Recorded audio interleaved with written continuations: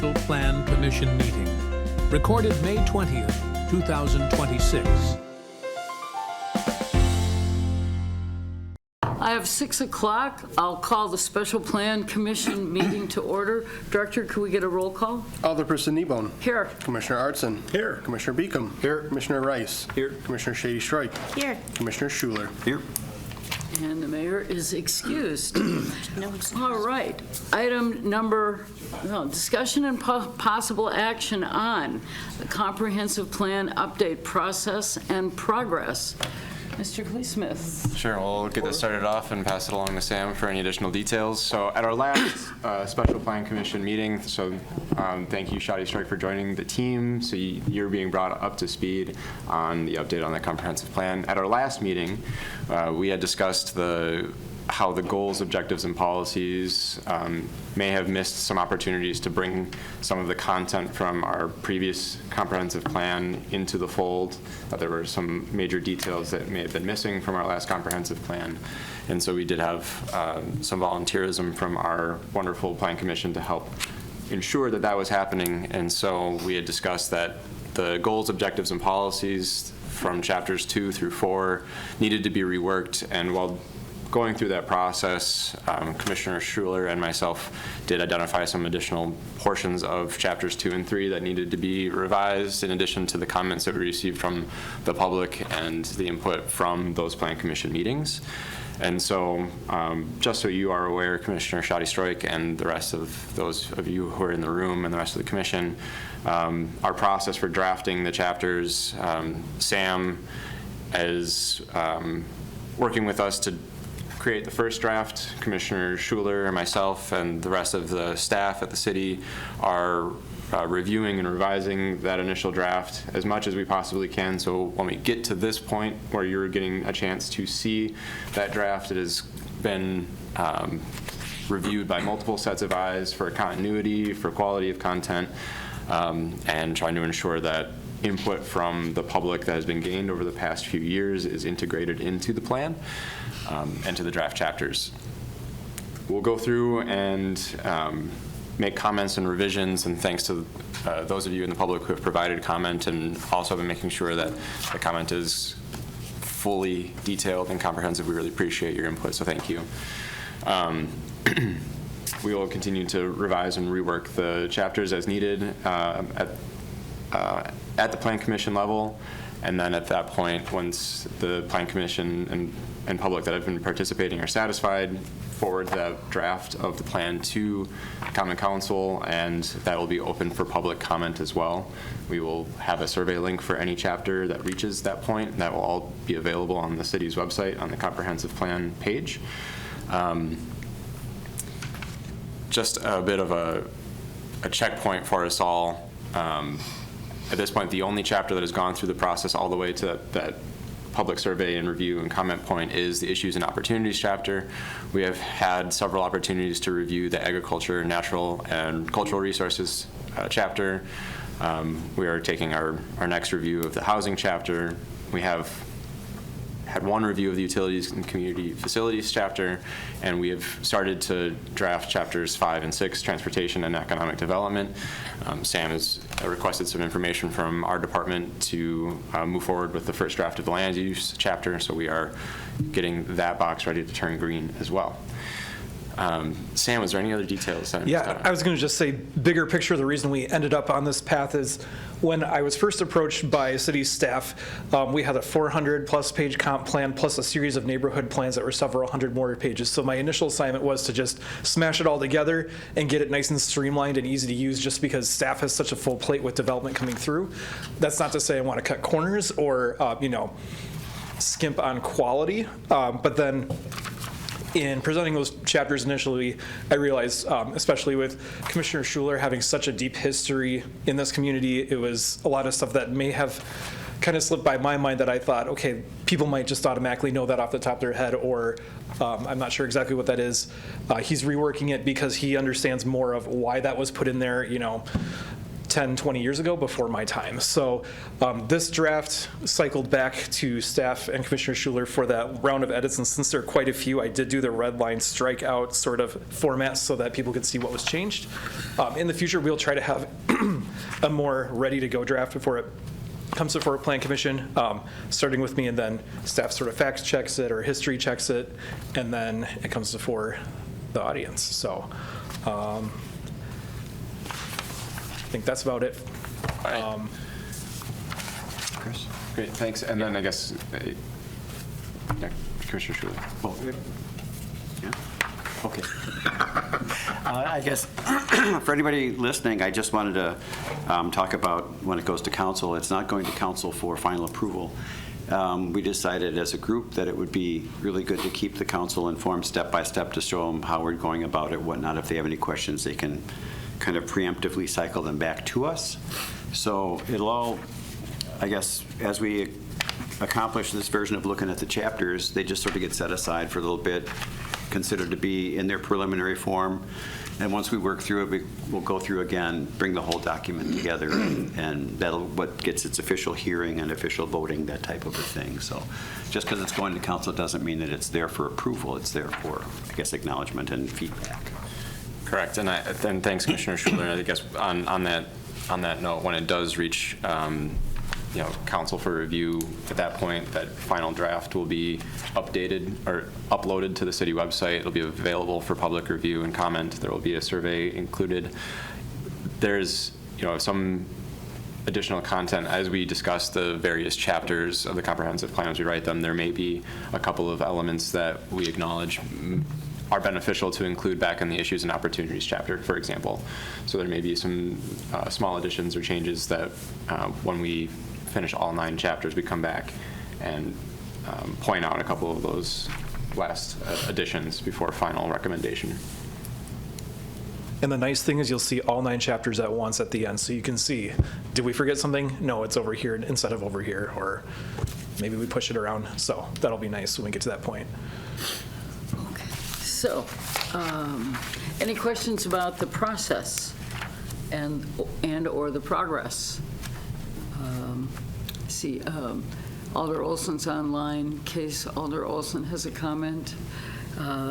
So then we will move on to a review of the Comprehensive Plan, Chapter 2, Natural, Agricultural, and Cultural Resources.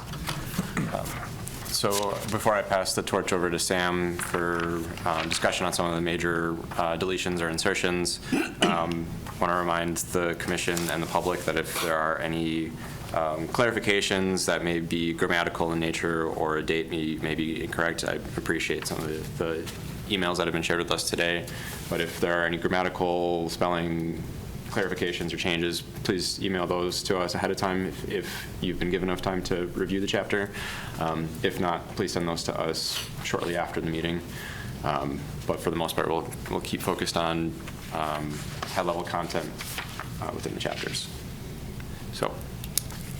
And then I want to bring up, we had one public comment by email. It was just changing the date on a plan that had been updated since the first time I drafted this text. So just in Chapter 2, it affects the groundwater management plan. That's going to be a 2025 plan instead of 2017.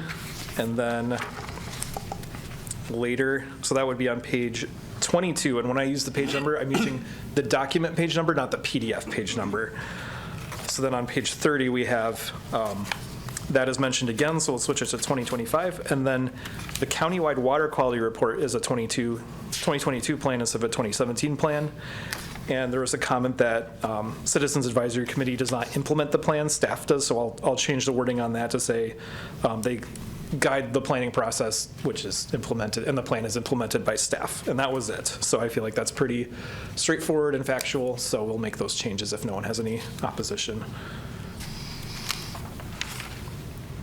Okay, well then moving right along, and then some of the major deletions and insertions, and I did glance over on page 23 or page 4 of 57 in your agenda packets, the deletion of the geography subsection, and then the revision from topology to topography, and some of the language moved into that section.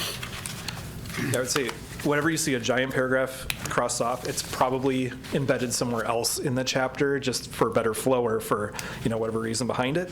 The only one I would point out is groundwater, where I have that huge highlighted yellow section.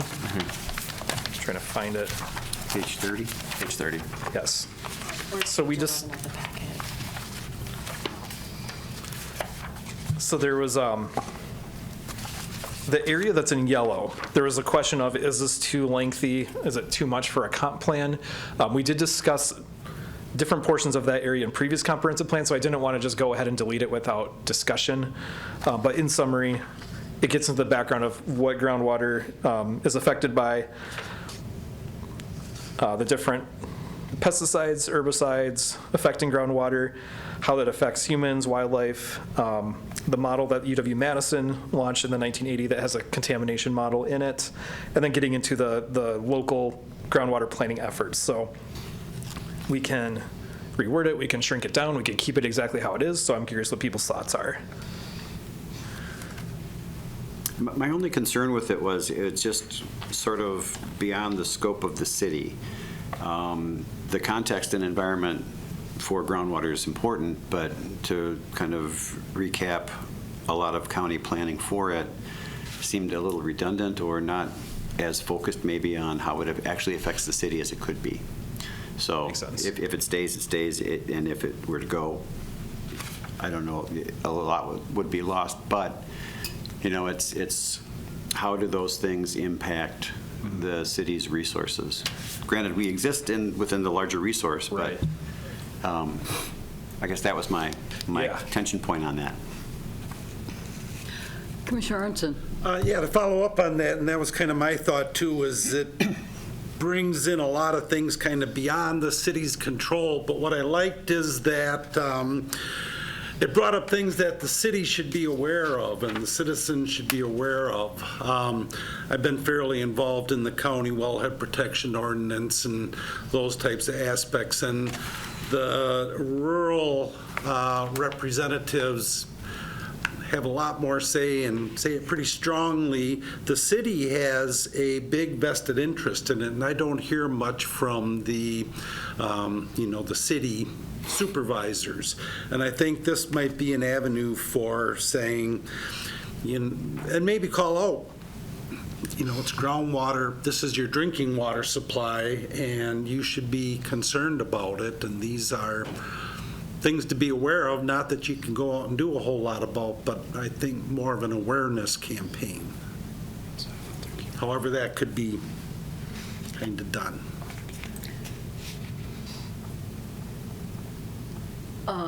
I see Alder Keemer online has her hand up. Is that what you? Yep. Okay. Hi. Go ahead. Thank you, Chair. This is Ginger Keemer, Alder for District 3. I don't have a strong opinion one way or another whether it's in the packet. I guess I just have a suggestion that if it's removed, perhaps it could be included as an appendix or something else supplemental to the actual report or pointed to elsewhere. So that was all I was going to add. Thank you. Anybody else? Not real. So what would you like? So I feel like we have some commentary that there might not be a full-out direction here. Either we can take it or we can leave it. Well, I guess I really liked Pete's idea of trying to maintain the context that the city resource use is in the middle of. I guess if there's a way of tying, maybe there's a comments about atrazine and other things that came and went in previous decades in certain parts of the county that didn't directly affect the city's water supply, even though all groundwater is tied together. If there's a way to sort of focus the context to give the alders a reason to be informed about how things might impact the city's water. If you know what I mean, I don't have any language for it, but if there's a way just to say, okay, the county has this, we don't need to really understand the number of high cap wells probably, but That's as specific as I can get on how to maybe tighten it up a Yeah. little bit. Make it more directed. Yeah, if that's possible somehow. I'm So- sure there are people who could provide input on how best to do that. Yeah, is and my guess. I made some notes on the version I had on my computer. I don't have it here, and may be able to offer suggestions, and some other folks may contribute suggestions. Cool. So if there's no opposition, then the highlighted yellow section, bottom of 29 into most of 30, I will keep the content that's relevant to provide a background of what our surroundings are, but I will maybe weed out some of the stuff like the statistics that apply countywide, like number of wells or things that change from year to year that maybe not be as relevant to the city. Well, if there's a relevant fact related to the number of wells that could impact the city's understanding of its water, that would make sense. Right. But just as sort of a out of context factoid, probably not entirely helpful. Makes sense. All right, so if I have everyone's permission, I'll go ahead and do that, and you'll get to see it at the next draft. I'm seeing heads nodding. All right.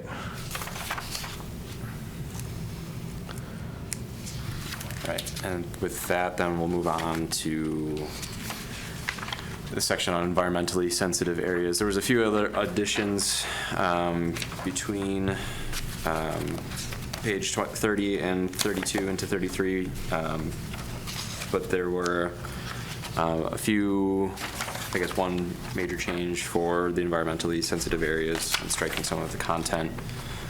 I think this modification or change came from a very large point of the last rendition of the comprehensive plan of utilizing and I guess preserving as much as possible the natural resource corridors and utilizing them to the best of our ability for spaces as education, recreation, and enjoyment as possible in future development, and to underscore that those spaces are of extreme importance for us to protect.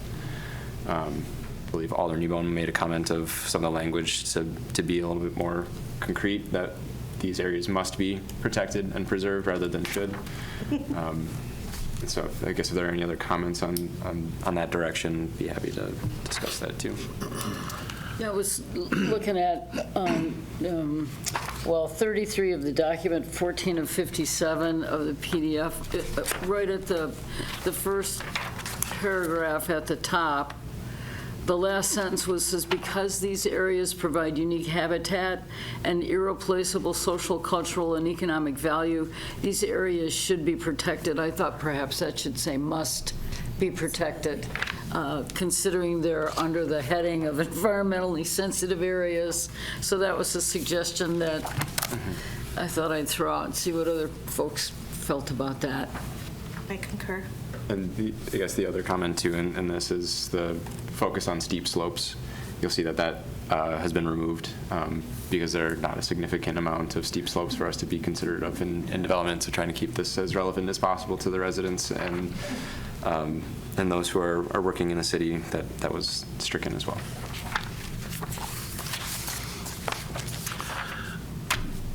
And I'm wondering if this is the section, we were having discussions about this, is how to incorporate the kind of the aesthetic aspect of these natural areas, sensitive areas, wildlife, wetlands, forests. We were discussing that they can be tough to regulate specifically via ordinance and whatnot, but if you had a statement in the comprehensive plan that says these are things that are important to the city and should be a priority, I don't know if that would carry over into the zoning right. We're doing both at the same time. They're distinctly different but tied in, and I'm just wondering if you can look at both aspects of it and how that might play into the process. I'm not sure. Well, and I think sorry to steal, Oh, if you want to go ahead. I was going to say, page 40, I have a summary. We could start with those paragraphs because it could maybe answer half that question, but could be beefed up more to give it some more teeth with the zoning stuff. So this would be document page 40. I don't know what the PDF page is, but it's the summary right under the little logos there, and just a reference. Any sort of graphics or pictures or anything, those can come and go. When we get closer to a final document, I'll work more with the pagination, so stuff transitions visually better. Right now, I just kind of have it in there for fun. But anyways, those 2 paragraphs under the word summary. Maybe I could put natural resources summary before just summary. But that might be a good place to start answering this question that came up. And I was, I guess, going to refer to the future chapters of the plan in land use and also within the goals, objectives, and policies. I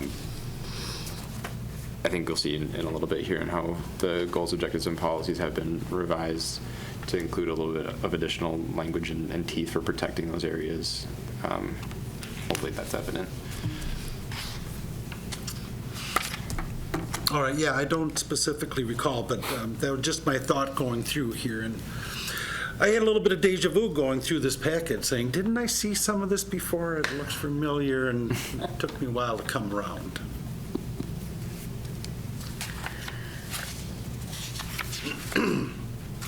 Mr. Schuler. I just want to make sure that we have kind of a casual concurrence on Alder Kneebon's change on page 33 from should to must.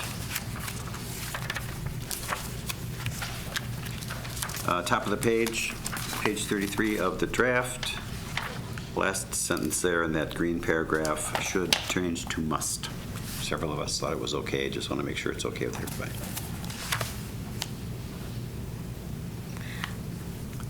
Is there more like appropriate, I don't know, legal language or something to kind of suggest that it's an obligation specifically of city staff or the representatives, right, of the city? We could add damn it at the end of the page. Shall different from, Yeah. shall different from must? Oh boy, it's like splitting the lunch check here right. for a second. Shall would work. Right. don't think we want to To put a overthink it. mandate in here, is that a little bit, I mean, I was just talking about putting a mandate of sorts, putting it in there, and now backing off of it. See, reality is tough. If indeed we're saying these areas are unique and irreplaceable, one thinks one would put a higher level of protection? All right. Go ahead. And I would say that the opinion in the section of the plan is going to be followed through, and the things that are important are the goals, objectives, and the policies. And they'll be the ones that create really the do's and don'ts for it. So in my mind, this would establish kind of the importance of the topic. And I don't think there's anything that is probably as directly prescriptive in the goals, objectives, and policies that would mean that it's the law that you have to. You know what I mean? Okay. So I think to establish the intent is a good thing, and then to let the goals, objectives, and policies, however the council wants them to play out for what, the regs. They're not going to be regs, but they're going to inform regs after that. So that would be my take on it, but I understand your hesitancy on having a prescriptive. Right, no, and I agree. I'm just questioning, but I'm good with it. Yeah, it's I'd vote for it if That's agreeable to me. Good with it the was a must? votable thing. Good with the must or good with the shall or the which The one? musty. The must. I'm content with the. Good change. I guess if I could ask a point of clarification from Sam, too, just to make sure it's your understanding of this as well, and not specifically relating to this specific item that we're talking about, but the comp plan in general is a guiding document. It is fluid, it can be flexible, but it is laying down the elements that, yes, we would really like to ensure we're following. There is some variation at times. Not every word is followed to the letter of the law. The comprehensive plan is meant to guide, establish those important elements, and then allow, staff and then council, plan commission, as we take on those new projects or as we look forward to the future, to make sure that we are trying to follow those as best as we can. But it does not always happen. If the housing chapter says you should build more multifamily, but then we do a we build a single-family home somewhere in the city, it's not the rule of law. So just to make sure that's established as an understanding. I would agree, as long as you're not doing completely the opposite of what's in your plan, because then that could get you in trouble too. So Correct, yep. we'll talk about, there are some new state law changes that we'll talk about when we get to land use that are going to be fun. So. To the alders in the room and the folks from the public that are brave enough to come out tonight, if at any point you have questions, just wave your hand, catch my attention, and feel free to chime in whenever. So. Are you going to take comments? Is there going to be a comment time, or? Do you want to take comments at the end or as we go? I would rather see as we go to the appropriate section, rather than wait till the end and then have people make comments after. So if at some point, whatever it is we're discussing, you guys have a comment. Okay, there may be things that you aren't specifically discussing. But if you feel it's appropriate, just raise your hand and come up to the... Okay, maybe I'll wait until you're getting to the end of this chapter, and then we'll see what's been covered. Sure. Yeah, we absolutely want everybody to be able to speak their piece tonight. So appreciate public input whenever we can get it. Let's see, where are we next? Moving into some of the next major deletions, insertions. One of the major, I guess,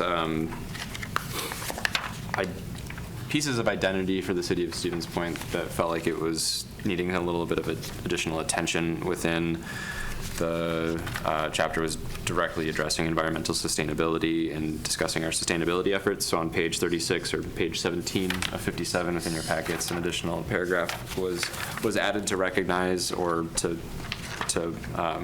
pay some attention to recognitions that the city has received for its efforts within environmental sustainability.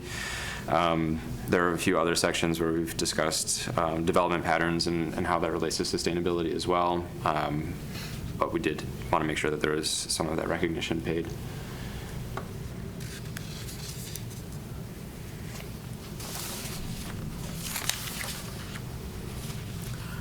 I think that's a good thing to put in there. It shows that we really are moving forward and trying to improve the quality of life in the city and the environmental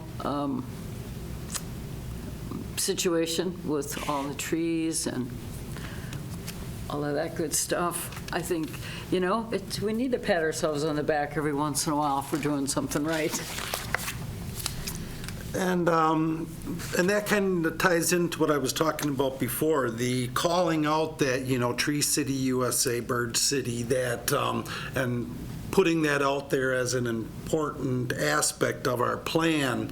They're, again, looking at ways that can carry over into the zoning rewrite process. And, if we want to add to the zoning ordinances, Story, I know that's Adams. I don't mean to steal your thunder there, Chris, but bring it in a little bit. These are tied in. So, again, thinking through that process, wondering this might be another avenue towards achieving that.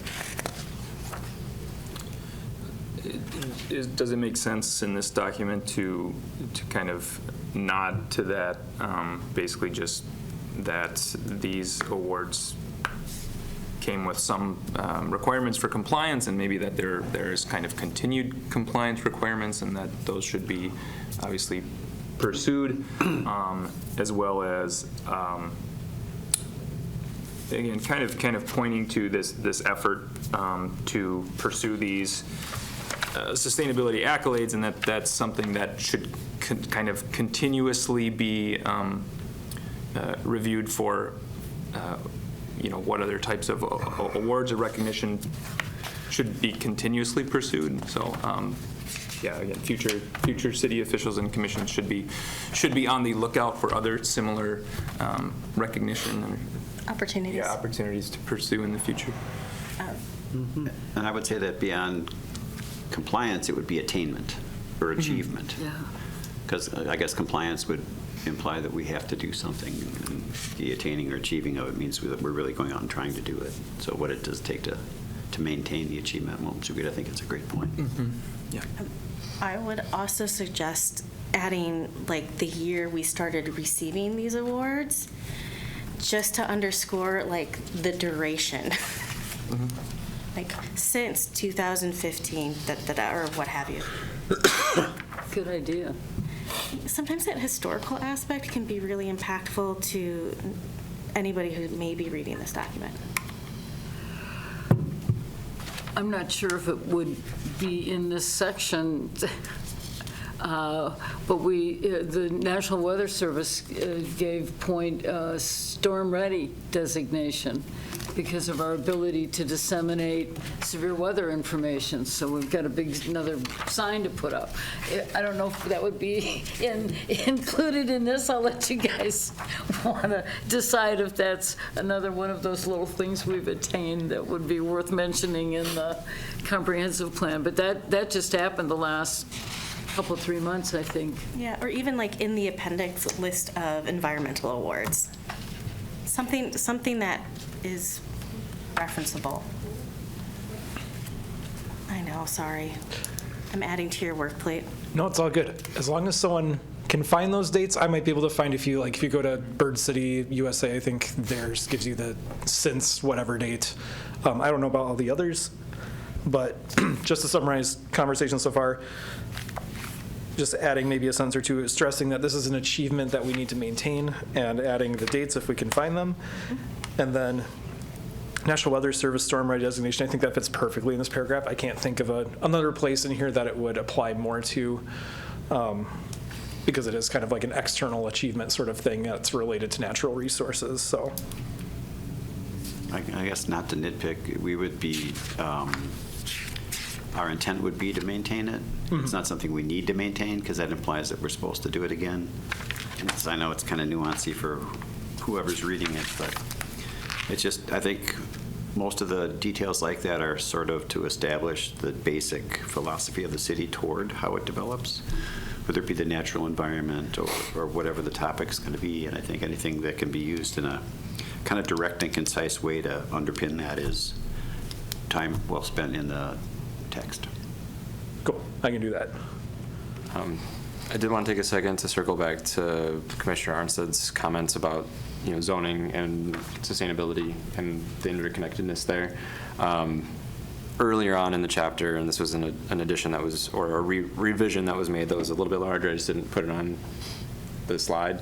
On page 27 or page 8 of 57 of the packet, discussing solutions to preventing exacerbating climate change, discussing strategic dense development and referencing zoning maybe in this paragraph would make sense to, I guess, at least start to acknowledge what you're pointing out. Does that seem fair and accurate? I think so. I'm not sure. Where are we talking about? 57, right, this green paragraph. Page 8 of 57. May I make a suggestion for the next Oh, meeting? right. Yeah. Yeah. Include line numbers. So you can say page, blah, line, duh.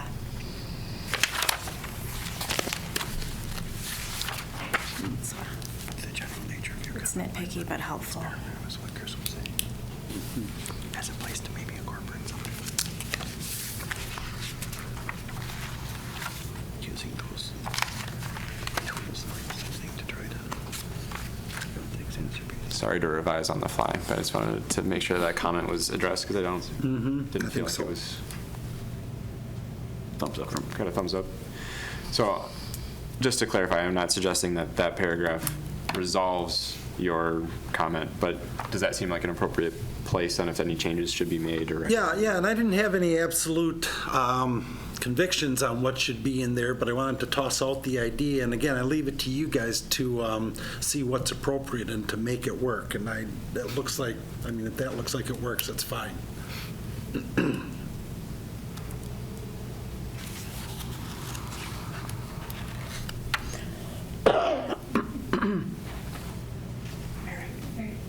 We have a comment from the audience. Yeah, so people that are watching can It's really probably just a question.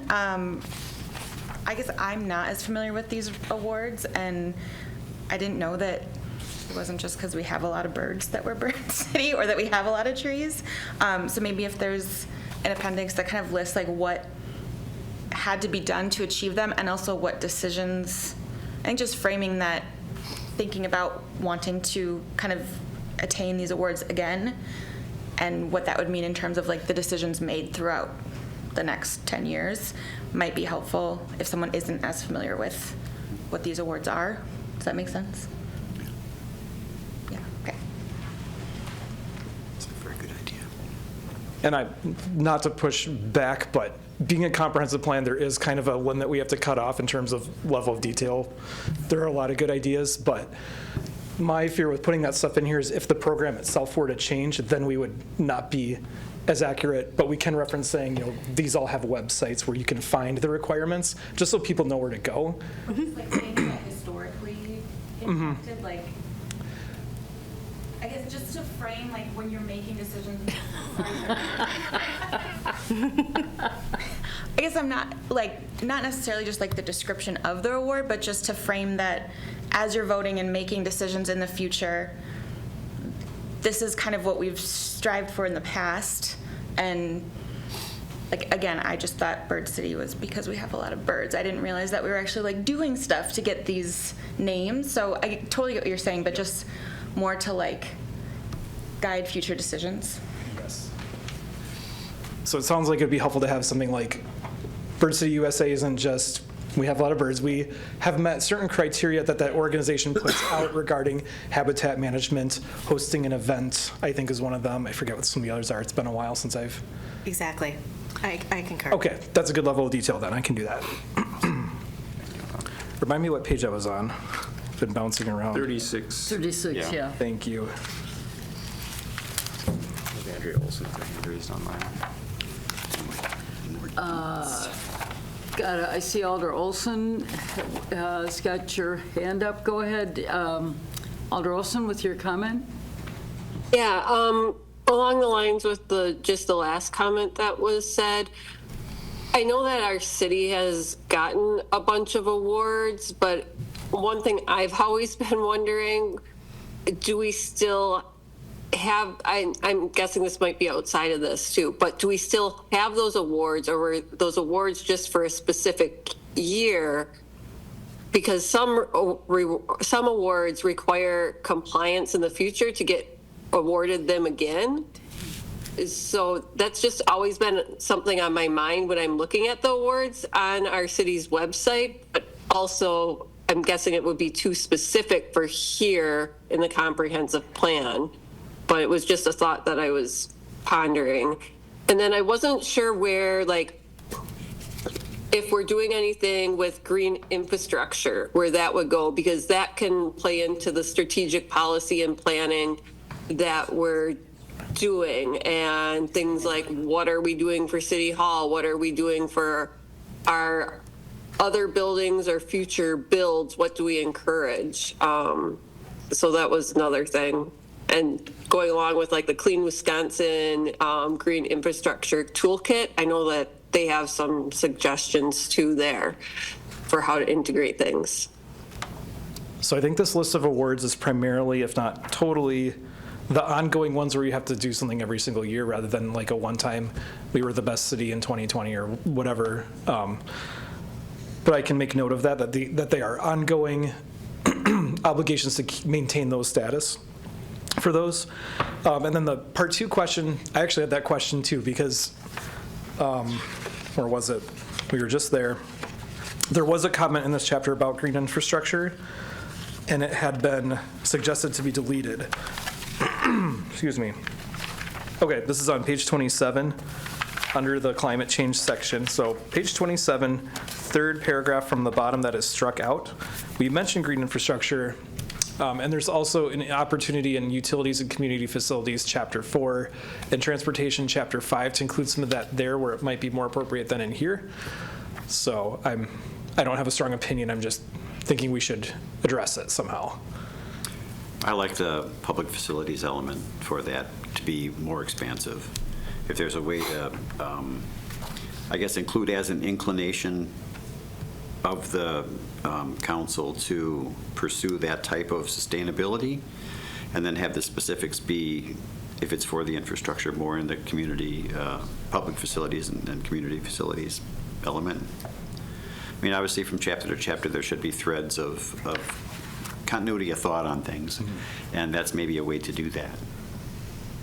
Is have some sort of a mention here, but have the more specifics be in the chapter directly related to the sustainability practice, I guess, maybe.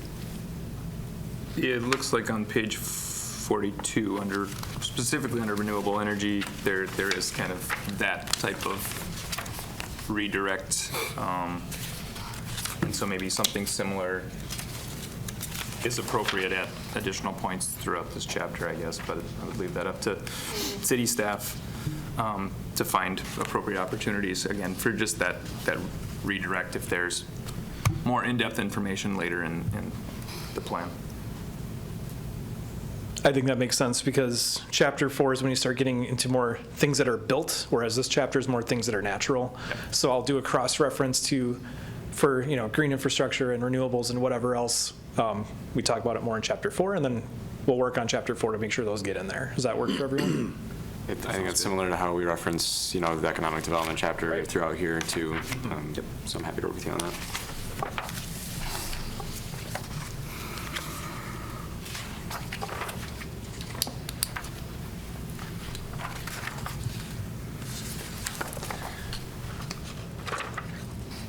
All right.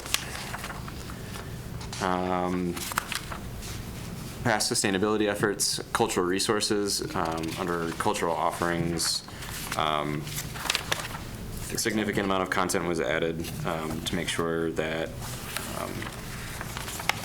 we weren't missing any of the importance of the cultural offerings that are available to city residents, and moving into community character.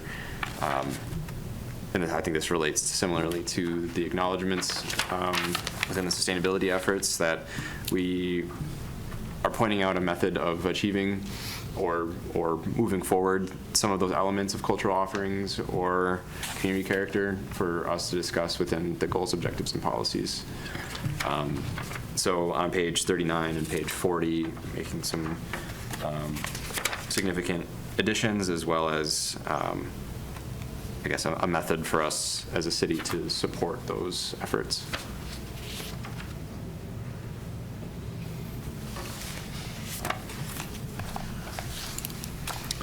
Yeah, I agree. I think it's just good intention setting without laying out, specifics for this is a directive or a narrow, lens to look at what we're doing in the future. But again, some appropriate, philosophical intention setting.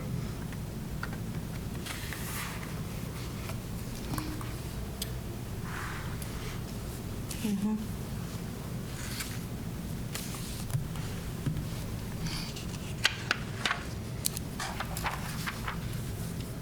I don't see much in here about Native Americans. Did I miss? I mean, there's the American Indians reaching for opportunities, but we've got the mural on Old Main, and that this was the homeland of the indigenous peoples here.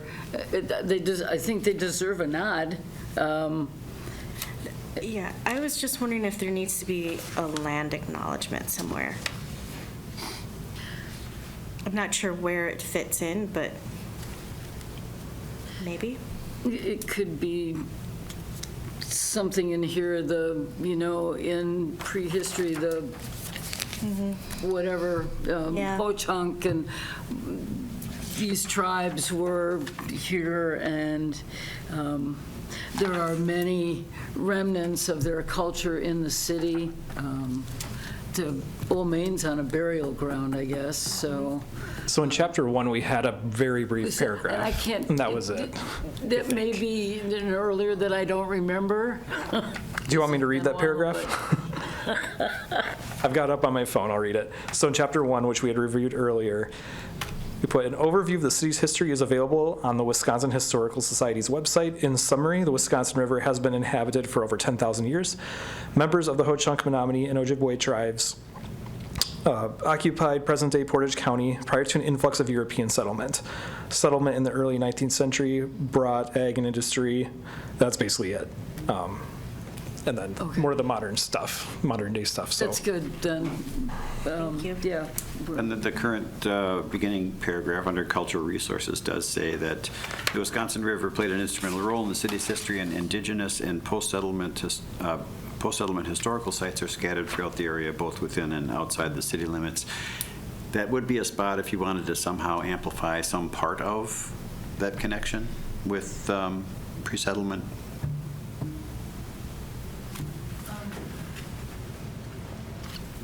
Lynn Markham here as a resident. I would just suggest going to some of our land acknowledgement statements because they do provide that history, but they also acknowledge that we have many tribal members here today that are still contributing to our community, and I think that shouldn't be lost. And this cultural resources paragraph would be a good place to have that. Page 38. Page 38.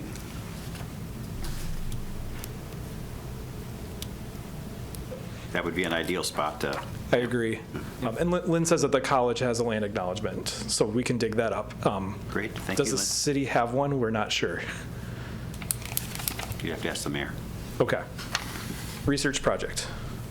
I might need help with this one because I'm not an expert I'm not a historian, but I like learning, so.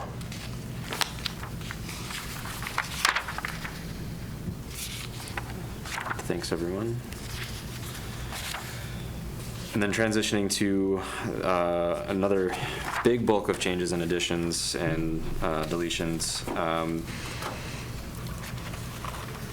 One of the biggest comments that we had received during the Issues and Opportunities chapter was adequately summarizing the chapter, pointing out the material that was important for us to reference in constructing goals, objectives, and policies, and making sure that that conclusions section was robust and adequately reflected the content of the chapter. So with the amount of changes that were made to the beginning, or I guess the content of the chapter, the conclusion section has grown significantly. And so rather than going through each of these points, we have given some additional time to review the chapter ahead of time. I'm just curious if there's any additional conclusions that you all drew from the chapter and the revisions that were made.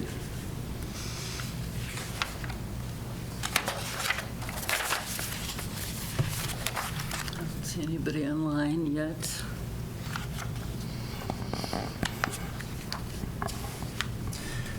So to note, one of the biggest additions and I guess reinsertions from the previous comprehensive plan was a section on environmentally sensitive lands and how to, I guess, returning back to Pete's comments, making sure that those are preserved as much as possible and used as a fundamental identifier for our community as we grow.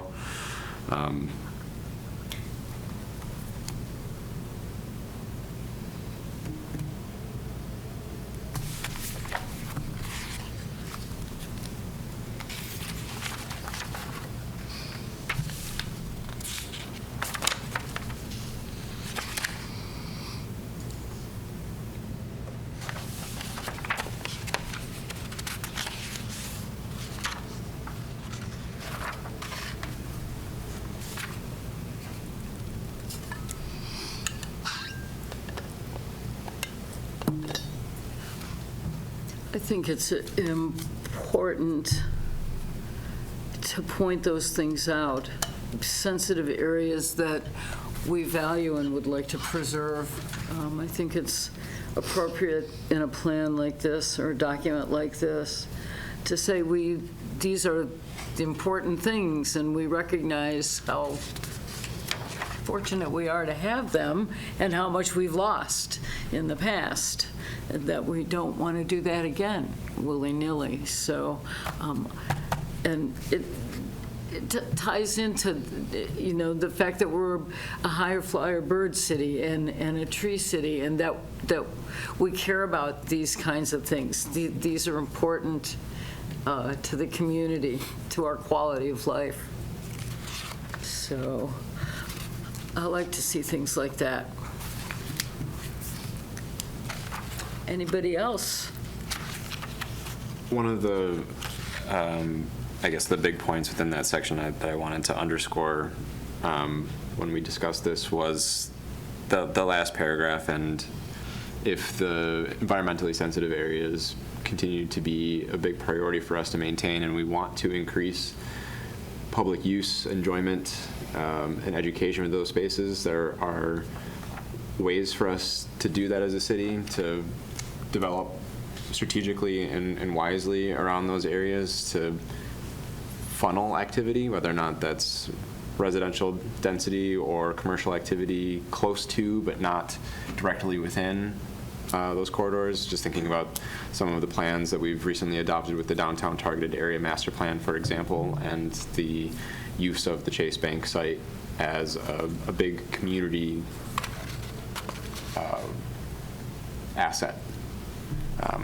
And so there's this balance that we're trying to strike too within this document to indicate that these are important spaces, and we want to ensure that the community, those who are living here and those who are visiting, allow people to enjoy those spaces, and it's abundantly clear that those spaces are important to us.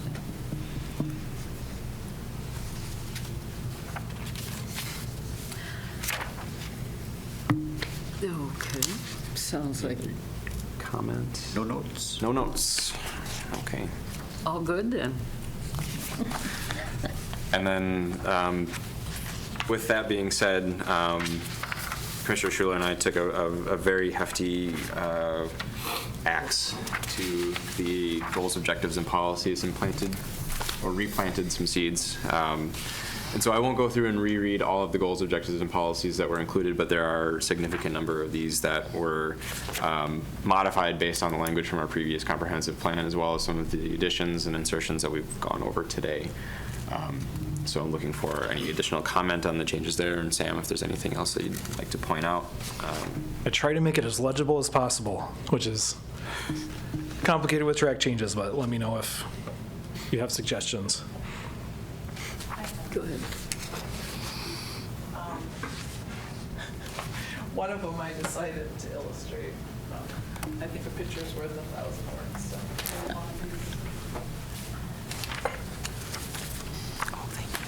I think we're probably all familiar with the word behavior at this point.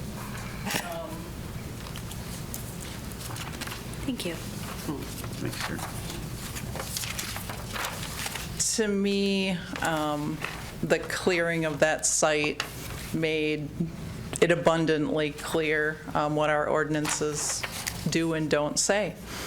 So the first photo is, I just went to Google Earth, from 2023 when that parcel was mostly wooded. Farm, 2 houses, but other than that, mostly wooded. Versus 2025 when it was mostly cleared, and later the developer cleared every tree. I heard many people say, oh my gosh, they can't do that, can they? Yep, our ordinances allow it. There's nothing illegal about doing it. So from my perspective, the problem with taking any 18-acre parcel that's wooded and clearing the whole thing is loss of trees. We say we're a tree city. Loss of birds. Birds need trees. We say we're a bird city. Loss of privacy, loss of shading, and it makes noise, lights, and air pollution worse. So what I'm proposing related to that is on the first page of goals and objectives, under Goal 1, under Objective 1, to add a policy that says include provisions to protect a portion of trees on wooded or partially wooded lots in the city zoning and subdivision ordinances. So it's not specific at this point. I mean, I think the details need to be worked out. But to say we want to keep some of the trees when we're starting with a wooded lot. So that's my first piece. On the photos on that second page are from Whitetail Trail subdivision here in Point, where they were asked to keep around 20% of the trees or 20% of the land on the lots in trees. So the top photo is actually from a realtor website where they're saying, look at this great subdivision, this lot is for sale in there. And then the second is just an aerial view. But you can see, I don't have a way to quantify that. I don't know how to do that in GIS, but it looks like it's at least 20% to me, and quite possibly more than that is what we got as a result. And that was a completely wooded lot, as I understand, before it was developed as a subdivision.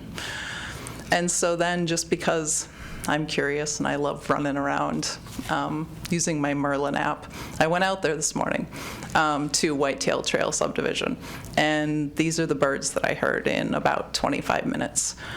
So because it has trees, it's home for orioles and vireos and lots of other birds, both kinds of nuthatches. So that's what I found. When you've got trees, you've got birds. So that's one suggestion. I don't know if you want to talk about that one first. Most of my other ones are small wording changes. I can go through those. Some are substantive. I won't bother you with the others, but whichever order you want to do it in. Do you want to address that first?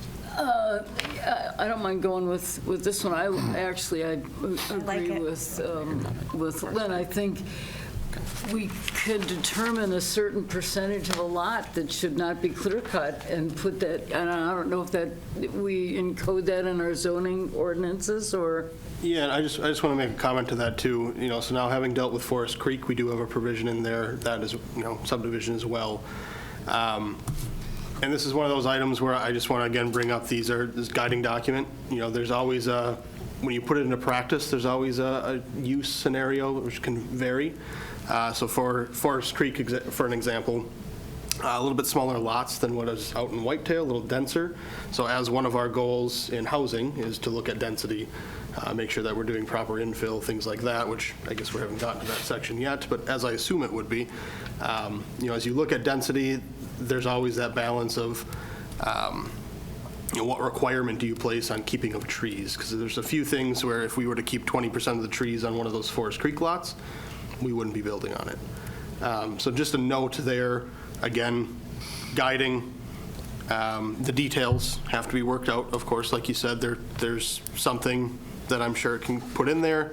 But again, just offering the guiding document, guiding objective or policy in this, keeping it a little bit more generic, I'd recommend from a staff perspective, having dealt with it.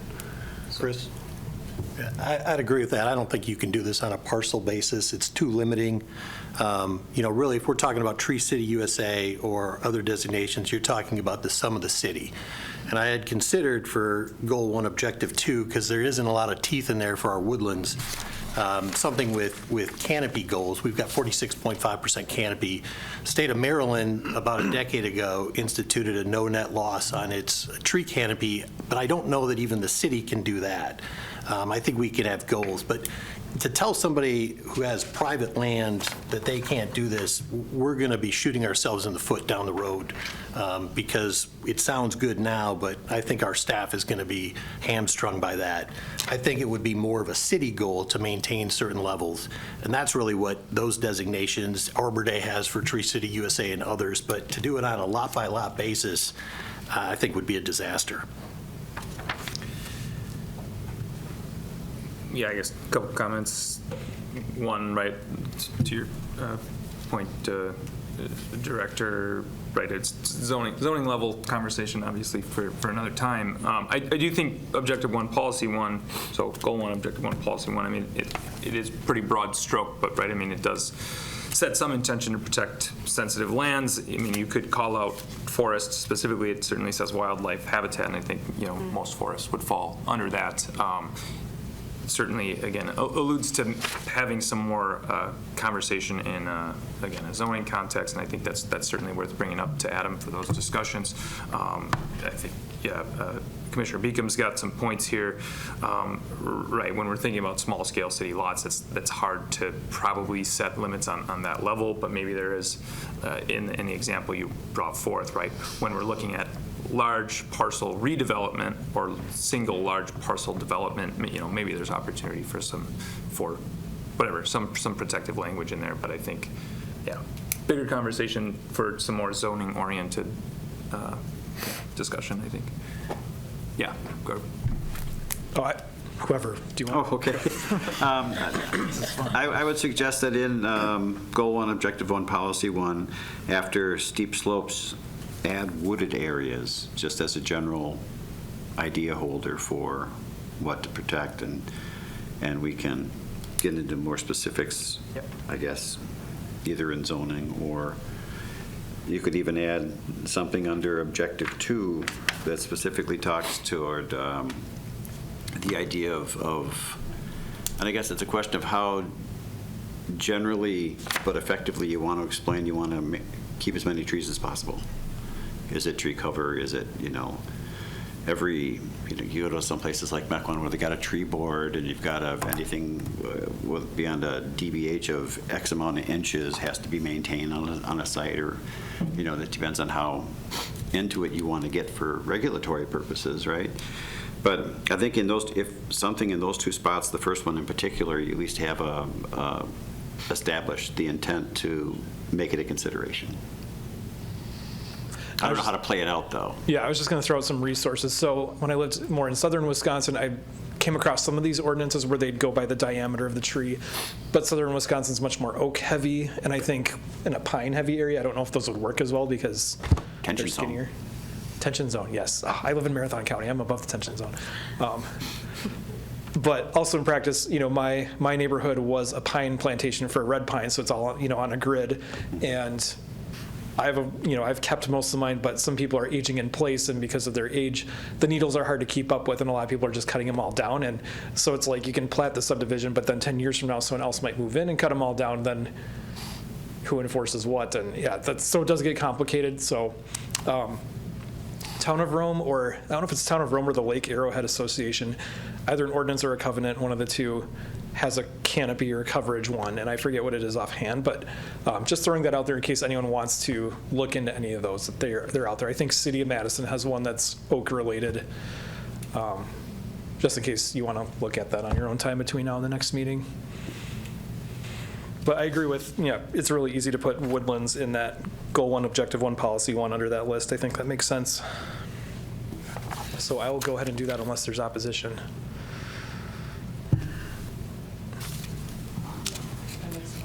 Yeah. Anybody else? A few other things, mostly just adding a few words here and there. In Goal 1, Objective 1, you say manage, preserve, and protect natural. I would suggest adding and archaeological, since that's what Policy 4 is about. So there. Policy 2, Bullet 1, continuing to update and enforce the Stevens Point wellhead protection ordinance. I would love to see something that's more specific and says reviewing land uses in Zone B. On the next page, on page 47, Policy 5 there about renewable energy. It says support renewable energy opportunities that do not negatively impact regional ag lands or the city's future growth areas. I get the city's future growth areas. You don't want to be hemmed in by, 1,000 acres of solar. I'm not sure what's meant by regional agricultural lands. And my experience watching solar projects going across the state is either they go on ag or you cut down woods to put them in. So you could just drop the regional agricultural lands, or you could reflect state law that says do not negatively impact public health and safety or the city's future growth areas. I think either of those might work. And then on page 48, I appreciate the inclusion of the shoreline setback requirements, looking at those. On policy 2, at the top of page 48, I just thought it read a little strange. I would suggest restrict development of lands with high natural hazard potential, such as floodplains and so forth. And then down near the bottom of page 48, goal 3, take historic weather patterns into account. I would suggest take historic and projected weather patterns into account.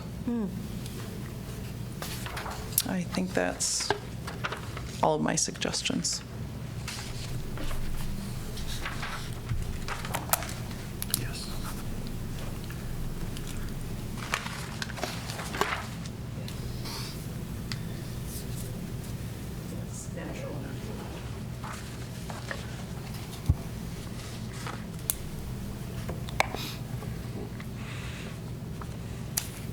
We have another comment Comments from on the those suggestions?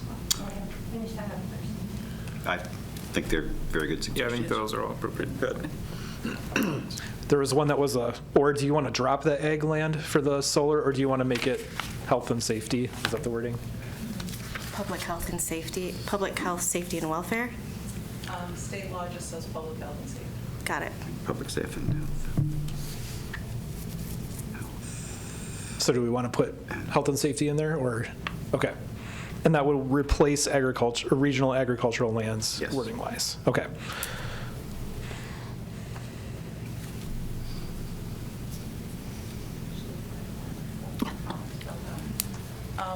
Just an idea, but town of Plover and town of Grant, where they've been building solar projects, both of those towns chose, after the first solar project in each town, to put together a solar suitability map to say, you know, these are the areas where we don't think solar is a good fit, and these are the areas where we would consider it.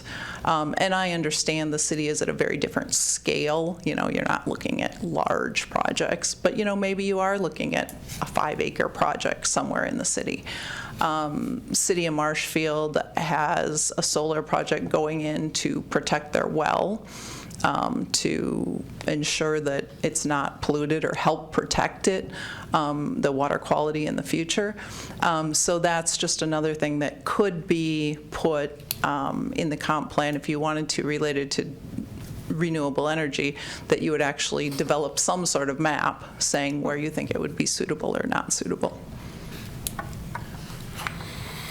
I guess that kind of brings up a point is, you know, the city's extraterritorial area includes a fair bit of flat ag land, and somebody just mentioned you don't want to shut off your ag land because that's our potential development.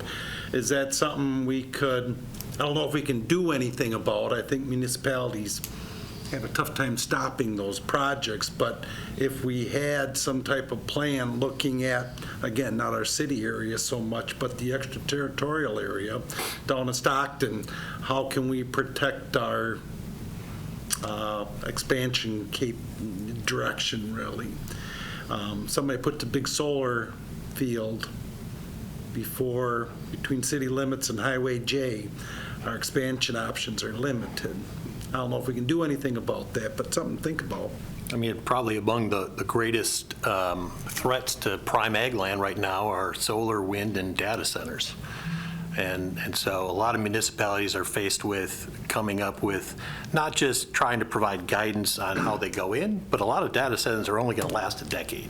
So the number of data centers that we're going to see pop up across the country, we're not going to need a decade from now.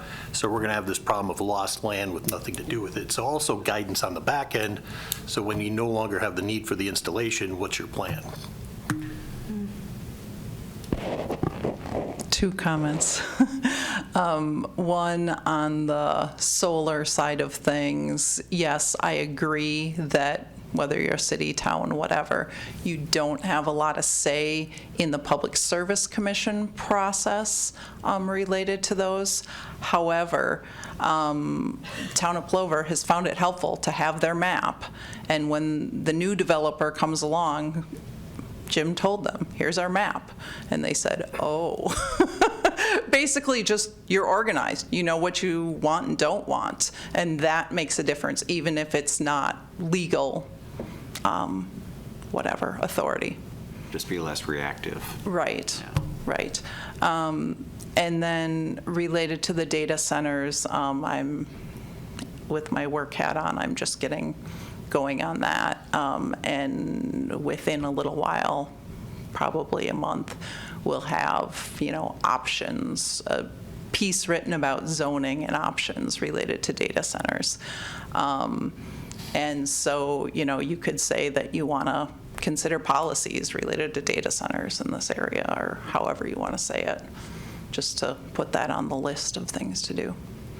I believe Port Washington was the first city in the country that passed an ordinance related to data centers. On a side, too, Golden Sands, not in Portage County, but, we reference Golden Sands RC&D as a partner. I think they advised a large solar installation south of us as far as just their conservation guidance policies. And because those tend to be big money, they want to look good, so they'll work with a partner like that when they're putting that in. I guess a question, you guys worked on the county comp plan, right? Yes. Did they address solar mapping at all in their plan? Not the mapping piece of it. Okay. They brought it up as an issue, but I think that's all the farther it went. Because back in the day, they did that with non-metallic mining stuff. That was popular for a while to try to map those sites. And even back then, the towns that were, they were organized and they were kind of doing it more at the town level and the response part of it. So, yeah, there's not a whole lot in the county comp plan that covers that topic. Okay, so it would be an opportunity for cooperative planning with the county, at least the discussion. And there's a new director coming in, so there's an opportunity there for, okay, as an aside, I guess. Thanks. So what's my assignment?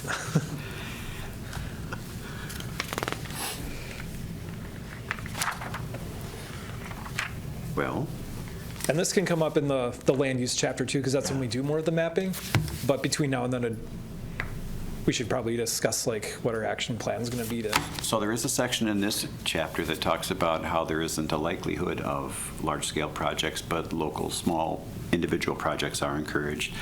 That might be an opportunity in that paragraph to somehow suggest that, I don't know what the words would be, but somehow to think about if there's any planning that can go on in the extraterritorial area, seeing as there aren't large sections in the city that would be applicable for a project like that. Just to plant the seed of, it would be a good idea to follow through on something like that, and that could maybe find its way to a policy that could reference, a lot of policies are aspirational, and that could be one that says, okay, investigate collaborative planning with the county on siting of large-scale solar to possibly have the least negative impacts on city, whatever. But something like that would be, I think, maybe appropriate for that, to get the issue in the door and have it be.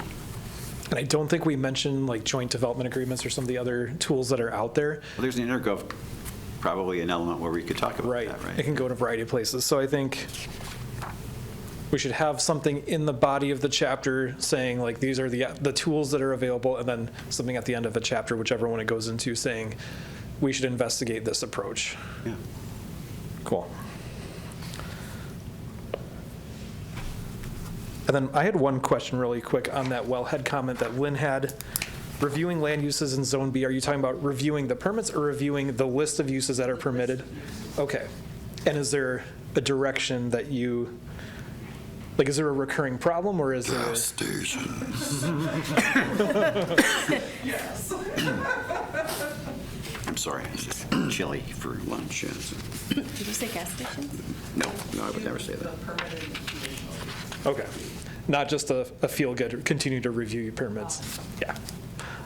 But it is, I guess, a question that was brought up several times during the public comment part and the discussion regarding that particular project. Cool, I can do that.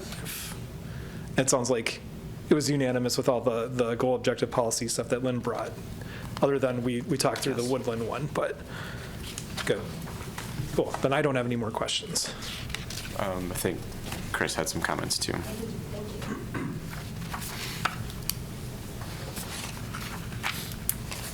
Chris Mechnick, Stevens Point. I have comments on the goals and objectives section. Goal 1, Objective 1, Policy 2.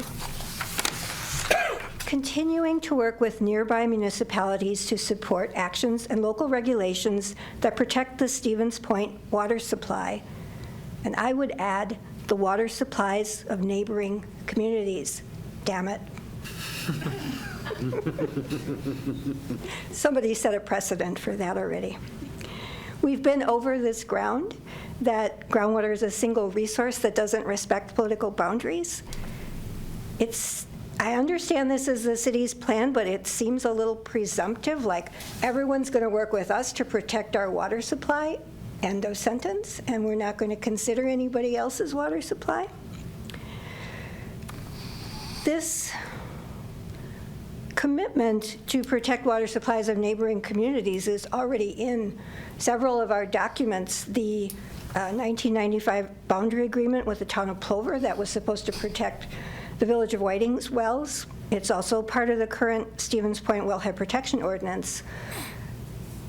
It seems to me there's some disagreement about whether we're actually doing that and how we're doing it. I've heard it said that when we enforced our own ordinance, that was what we needed to do to protect their water supply. Could have a debate about that.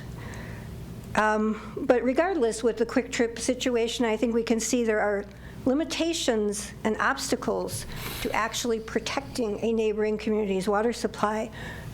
I think this may be, somewhere in this process, may be the opportunity to figure out what those obstacles are and eliminate them. There ought to be a way that we can protect our neighbors' water supplies as well as our own. Don't pee in the pool. Right. Then a little bit more on the tree situation.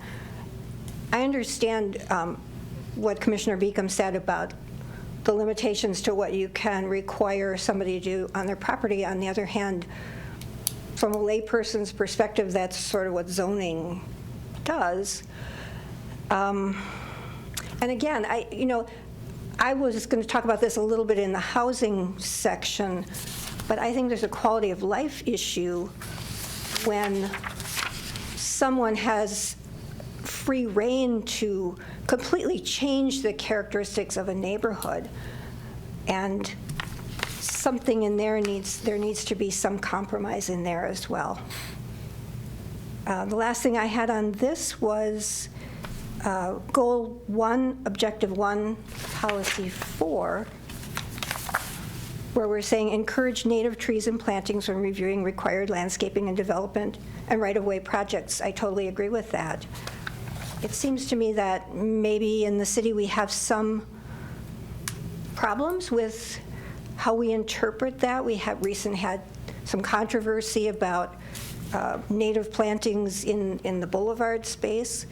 So there's another opportunity to clarify that and not place undue restrictions on those native plantings, understanding that they don't look like bluegrass lawns. To some people's eyes, they are messy, and we need to decide how far are we going to go with allowing that versus restricting it. We seem to be encouraging it, but yet there might be some unspoken limit to how far we're going to go with that. Which particular one are we talking about? That was Goal 1, Objective 1, Policy 4. Looks like Goal 2. Oh, I'm sorry. Objective 1, Policy 4. Okay, sorry. Page 48. Yep, I should put the page numbers down. That looks familiar. Okay. Oh, I'm sorry. Okay. Okay, that's what I had. Thank you. Thank you, Chris.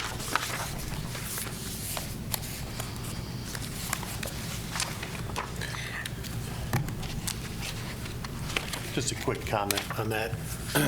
I agree. I mean, this commission affects people's quality of life all the time. I mean, the Forest Creek subdivision is a good example of that. The town of Hull hated it because it took away their forests and their natural habitat by them. Ultimately, the council decided that we needed that land, we needed more single-family homes. So there's always a battle between the need for growth and development versus the need for neighbors to maintain what they've grown up and like. And so, you know, we battle that. There's always somebody that hates the commission or hates the council for what we're doing. That's not a battle we're going to win. And there is some wiggle room in there, but ultimately, the more you limit it, the more you're shutting down growth. If we said 20% 100 years ago, nothing would be built around here. So, you know, ultimately, it's too fine for this group or for the city to make those decisions. I think guidance is a good thing, and I think if we have policy related to canopy or maintaining our forest lands and our natural resources, that's good. But on a parcel-by-parcel basis, we can never predict what's going to come in front of this body. May I respond? I have to come up to the podium. Sorry. Thank you, Mary. Just thinking ahead a little bit to the housing chapter, and you'll cover this later, but objective 1 is maintain and enhance existing housing and neighborhoods. And I think there has to be a balance there. That's my opinion. May I make a suggestion on the policy idea of discussion? Maybe it's worth adding a policy or adding language that says educate the community about the importance of native landscaping and the history behind it, so people understand when they look at these grasses and other things what it actually does. Because not everybody is like, oh, this is going to bring more birds, more bees, more blah blah. They're just like, this is an eyesore. So when you provide an education opportunity or highlight somebody's beautiful prairie-style garden, you teach people. Sorry, I am frantically looking for a Page comment 48. yeah, thank you. Well, the very next policy about an educational program for municipal boards and the public to include that information. I guess when I think of natural resources, I don't always think native landscaping. So maybe that just needs to include and native plantings. And that's policy 4 on page 48, correct? Policy 5 on page 48. Yeah, okay. Modified to read. And Such as native landscaping. Yeah, such as native landscaping, plantings.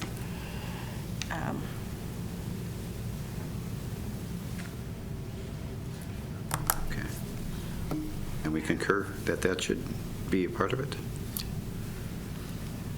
Yes, I do. Well, that's enough for me. Did we want to include groundwater protection as another educational topic? Yes, please. Well, I guess to me, policy 5 kind of broadly covers et al, right? Like everything that's been talked about. So I agree that native plantings could be part of policy 5. I don't know that we need to list explicitly everything that's kind of previously been listed under natural resource issues.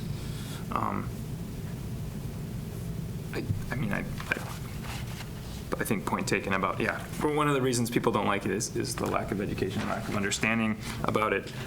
Maybe to the commenter's point, to add some strength to policy 4.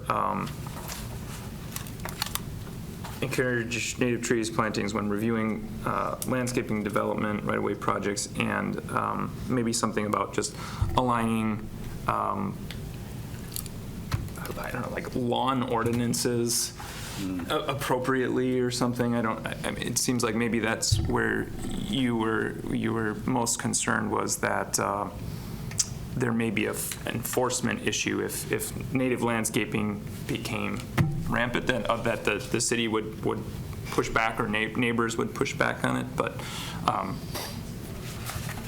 maybe a misconstrued. Yeah, so I guess I just suggest some language to conclude policy 4 to read landscaping and development and right-of-way projects and property maintenance ordinances. Yeah, I guess that's kind of, again, how I was interpreting your comment, is to ensure protections for that type of landscaping for people who want to pursue it.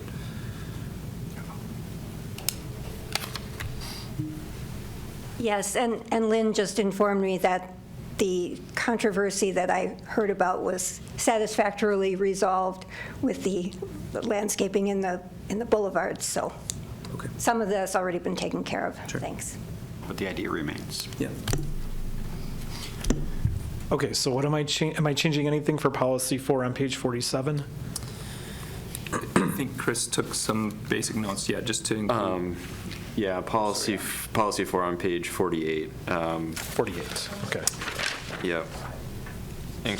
Encourage native trees and plantings when reviewing and require landscaping and development, right-of-way projects, and property maintenance ordinances.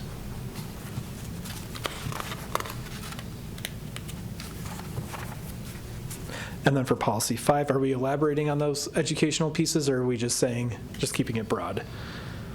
The one right below that. Maybe just include like examples. So such as native native landscaping and groundwater protection were the two that jumped out, et cetera. Yeah. Got it. All right. And then the only other one then would be, going back to that groundwater goal, the city's water, do we want to add and neighboring communities to that one? I would concur with that. I like it. And that was, I'm trying to find it now. Policy 2, second bullet. Page 46. Page 46, Stevens water supply and other communities' water supply, I believe was the suggestion. Okay, got it.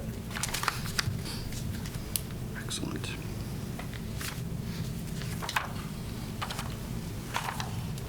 Sorry, just an overall comment, just being on the side of it. Obviously, the Hoover and HH development impacted our neighborhood, and there was a lot of times that we were told, well, sorry, but in the comp plan, sorry, but in the comp plan. So I would just ask to maybe consider understanding that the comp plan is a guide that isn't, absolute, to maybe think about prioritizing what would be best case scenario. Feels like it's been harder to put restrictions on after the fact. So if canopy restrictions or density or whatever that is, like what would be the best case scenario? Understanding, if you have half acre, keeping 20% of the trees is probably not realistic, or if it's in a certain place where there already is a lot of wooded areas. A big impact of HH and Hoover is that a lot of our wildlife is just gone. They had nowhere to go. There's no forests nearby. There's no wooded areas. So it would just be my ask, is that from being on this side of it, we were told, well, in the comp plan it says this, in the comp plan it says that. You should have, have that discussion then. Well, I didn't live in that house back then. I wasn't involved. So I would just ask to maybe think about it in that way of what is the ideal, and then knowing that with this being, not the letter of the law, that there's always that conversation that can be had on a case-by-case basis. That would just be my input. It could be as simple as having a placeholder policy that says develop a standard for retention of trees on project development sites, and that establishes the intent of the comp plan to do that. Then it's up to the regulations to follow, whatever that's going to be, whether it be in the zoning or whatever else, that actually follows through and achieves it. But I think you want to have at least that type of a statement in the comp plan to acknowledge the importance of that being done. I don't know if that's currently sort of accomplished by something that's already in there, or if you take a look at it and find a place where it says, okay, this is someplace where we could add a sub point to an existing policy or a new policy that just kind of focuses that a little bit, would be my suggestion. I guess in response and helping, originally drafting some of these objectives and policies, I do think it would be appropriate to add an additional policy that is a placeholder, and I think it would be worthwhile to perhaps be mindful of language that also allows for, if a development site can't maintain or preserve, replace, and have some sort of methodology for. But that wouldn't be a comp plan thing, that'd be a reg thing. A reg thing, but Yeah. just to keep the language a little bit loose in that way, and I guess I could work with Sam to navigate that. Yeah, and I support the suggestion that goes back to the initial thought of how can we incorporate some teeth, some emphasis in the comp plan that would carry over. And Jeff just said, I forget just what you said, but you can say, we'll look into this later on. The council would be directing at that point to actually follow through on it. Okay, That would be right. the point of the policy, is that that's what is needed. And Right. and at some point, you review and say, hey, did we do that? We need to do that. If anybody says, why are you doing it, it's in the comp plan. Right. So there was some hesitation initially on tree-related ordinances. Is everyone comfortable with that approach of just, investigate this policy, here's the goal, but, it should be flexible also, kind of along those lines, and then just leave it at that? We don't have enough details in here to be really prescriptive. Okay. But the issue is important, and it needs to be dealt with. But I want to make sure that there's not an opposition to having that in there at all among the group. No, I mean, it's a staff thing. Take a look at Ignatowski's proposal that we looked at earlier this month. How many trees are going to be left on that site when he's done? 0. Every development we have would be shot down because of this. So guidance, yes, but, aspiring to something, fine, but making sure that it's not a limiting factor so that staff can do its job. Well, that's what the subsequent discussion's for, right? It's the practicality of it. How far can you go? This establishes the need to talk about it. Would be my perspective on that. So if nobody's opposed, I'll take a crack at just doing that sort of high-level recommendation without getting in any deeper details than that, and then we'll see what you think the next time we see it. Cool.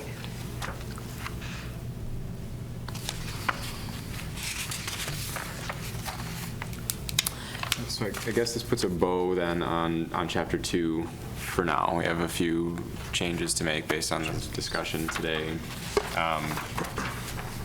Just the last offer of any large items that staff should review within Chapter 2 before bringing back potentially a final draft for y'all to consider. I'm sure somewhere there will be intergovernmental cooperation, but, thinking about how climate change is going to affect our region, maybe we need something in there on establish stronger regional bonds to protect the larger community to help mitigate the impacts of climate change in the future, something to strengthen that. There is a municipal coalition that's statewide, and I can't remember what the name is offhand, but I know Wausau is a member. Do you know if you guys are? We are, and the WGLCC. Yes, thank you. Yeah, super long. Should we make mention of that membership under that sort of, maybe in the achievement section where it's just, here's another party that's external to the city, but that we have a role in? But yeah, like you said, like if stormwater, for example, if you have more flooding, that's going to go over city boundaries and stuff like that, so. Yeah, most environmental stuff doesn't stay in one spot. It quickly spreads everywhere it can. So we currently have a goal 3 that addresses that specific topic. And the question would be, in the objectives or policy, would you like something more specific to call for collaborative planning across jurisdictions? It's on bottom of 48 and top of 49.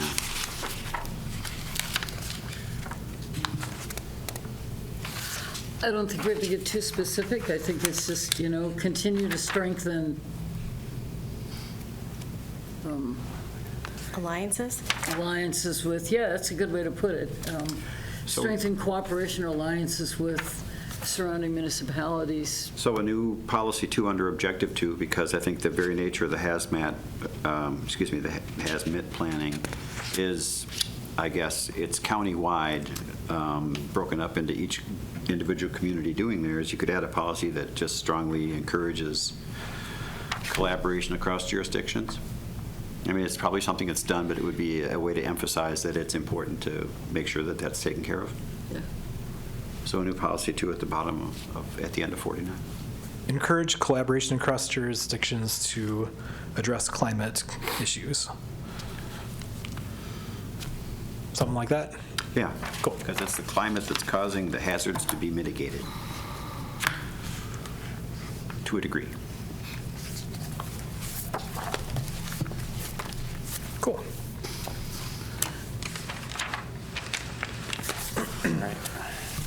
So, you want to move on to Chapter 3, housing? If we're not, it seems like we're not ready for a formal recommendation to move it forward, so yeah, we'll move over into Chapter 3, housing. Although we could say, based on what we've heard and the things we've concurred on, that if it comes back reflecting what we've heard, then that's going to be that should be it. Based on approved amendments. Yeah, I mean, we can always have more comments or more ideas by the time we get it, but I think we all know that if that stuff happens, we're good with it for now, is my understanding of it. I would agree. Good. All right, thanks, everyone. All right, moving on to housing.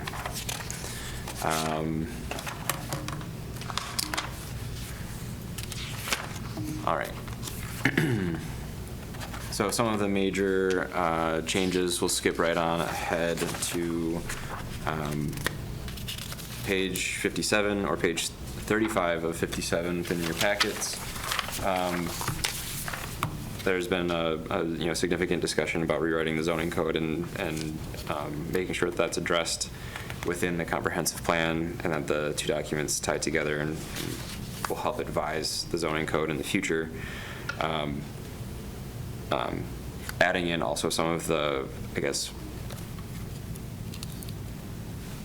practical elements of building that also either limit or, I would say, limit the type of housing that can be built feasibly within the city was important for us to acknowledge.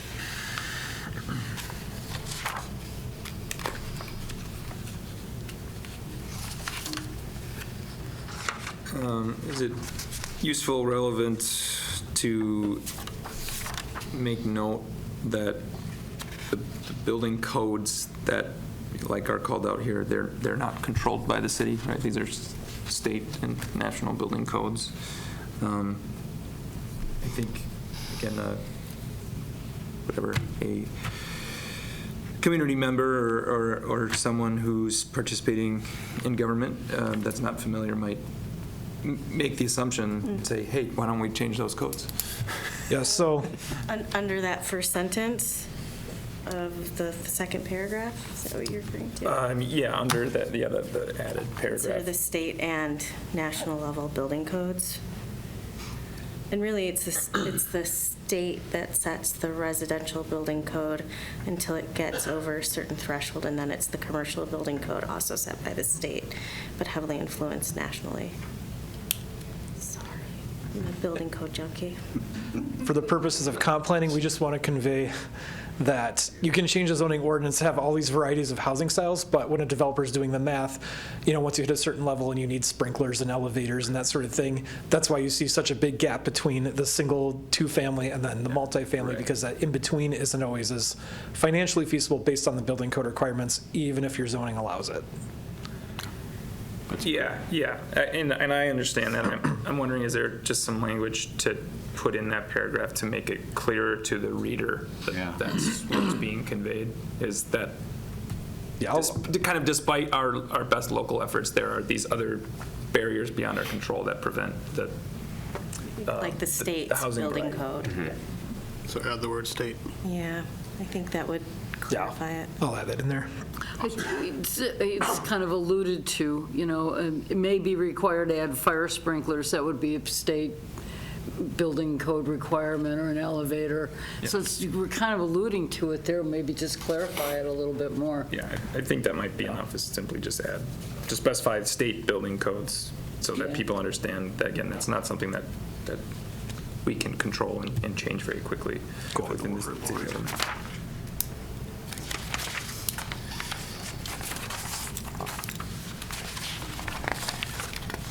All right, so moving forward, or fast forwarding, there's a lot of data that I'm glancing over. We've discussed at our last meeting, but one of the discussion points that we did focus on was the vacancy rates for both homeowners and rentals, and tracking that trend as well.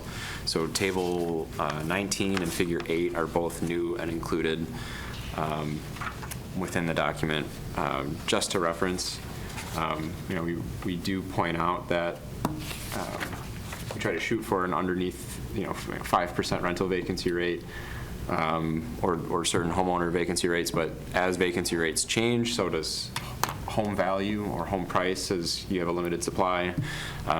So I felt it was important to call out that trend and just see how dramatically our rental vacancy rate has shifted over the past couple of, the past decade and a half, as well as our homeowner vacancy rate. I did a little digging on that this week. So nationally, rentals 7.1. I talked to somebody that has a lot of rentals, let's put it that way, 5.2. So under national, but over 5, and has been for over a year. What was that again?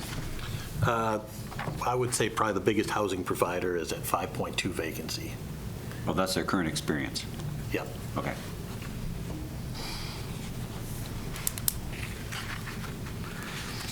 I mean, I will say with the data, if you go to page 59, tables 14 and 15, if you read chapter 3, it kind of has a Chicken Little doom and gloom feel to it, but we have a much better story to tell, I think, than we're telling.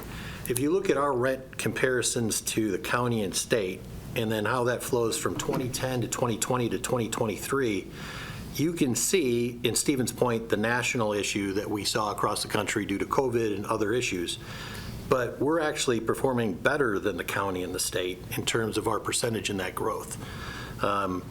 And so nobody's ever going to say that their housing is cheap. Everybody's going to say they spend too much on rent or too much on their mortgage. But we're way ahead. And later, if you look, our best comps in the state are UW campuses. We're the cheapest UW system school in the state. So it's not doom and gloom. We've had a very healthy housing market here. It's just the topic people talk about because it's their biggest monthly expense. So, I mean, in my opinion, housing is about how do we maintain being the affordable that we've been. We've been touting that on one hand, but then saying, we need more affordable housing, we've got to do this, do that. I'm worried about the city making more mistakes and causing issues instead of trying to maintain what's been a working model.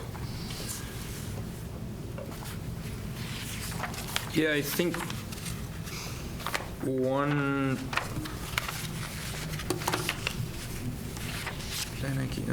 I guess there are a couple tables that point to this, is there's kind of this interplay between affordability on a unit level and then just kind of raw numbers. And I guess one kind of just out of curiosity is like the percent change. Obviously in the last 5-6 years, the city has put effort towards just providing more apartment buildings, relatively high volume apartment buildings, presumably with the intention of being able to preserve relatively affordable rental units. And I think to your point, Mike, you might be able to point to that a little bit more specifically and say effort to bolster supply has, kept prices relatively affordable, especially when compared to statewide trends or other UW system trends. I think that's good information to highlight. Yeah.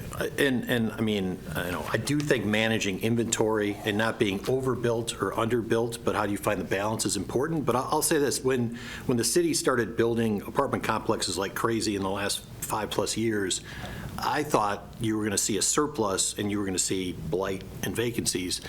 And I was wrong, and at the time, a couple colleagues had said, no, this is going to drive rents up. And they were right. When you have $1,500 two bedrooms that get built, and you're charging $700, you're going to raise it to $9 because you can. So your lower end got raised because now $900 is still very affordable compared to $1,500. And new construction is never affordable. That's an oxymoron. So, I think new construction raises our local rents, but you need new construction to drive the gears, to keep the machine going, so it's a necessary evil. But there's definitely a fine balance in maintaining that. And one thing I would just comment on is that is a common observation people has is, we have all this new construction, now all the rents are going up, but nationally study after study shows that the baseline would have gone even higher had that new stuff not gone in, because that often follows job growth. And Portage County has seen a lot of job growth for our region. So I would consider that perspective as well, just because of nationally, no matter what the housing market is, it's all comes down to supply and demand. And yeah, prices go up, but could they have gone up even higher had those new ones not been built? I don't agree.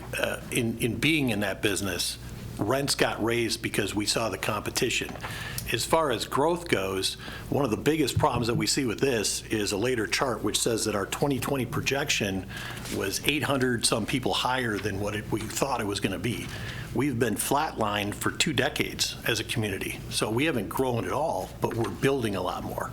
So, you can look at it however you want and paint it in a favorable color, but to me, that's not what's moving the needle.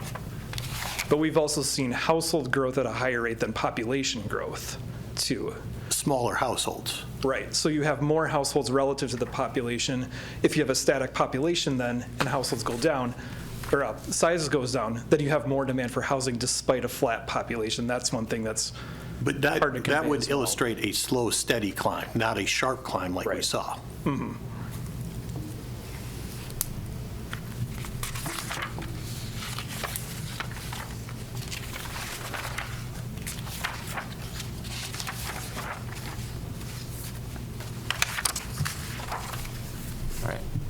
Any other comments then on vacancy trends?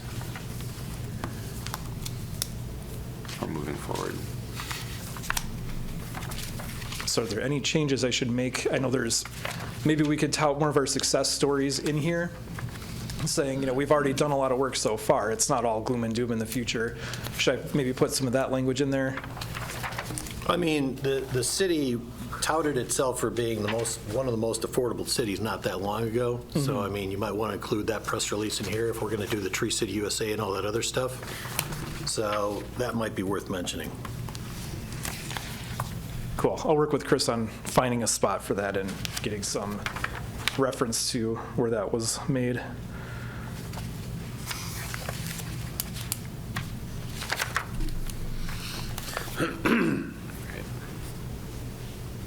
I'll just chime in on the tables a little bit, and again, I don't have my notes here, but I was going through there, and I was a little befuddled the first time through when we were looking at this.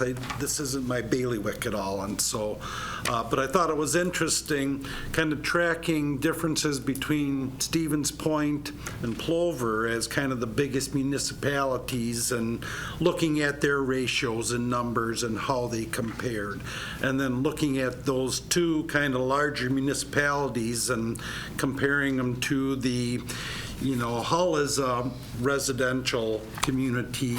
Some of these others, Hull and Whiting are, Linwood and, Stockton are more rural. And I just found it interesting comparing how each of those areas, varied from each other, and tried to glean something from it. I really don't have a lot to report on my gleaning, but it was interesting nonetheless.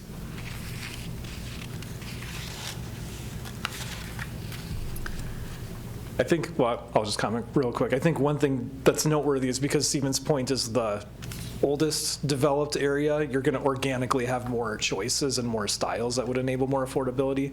So that's why if the data ever jumps out as Stevens Point,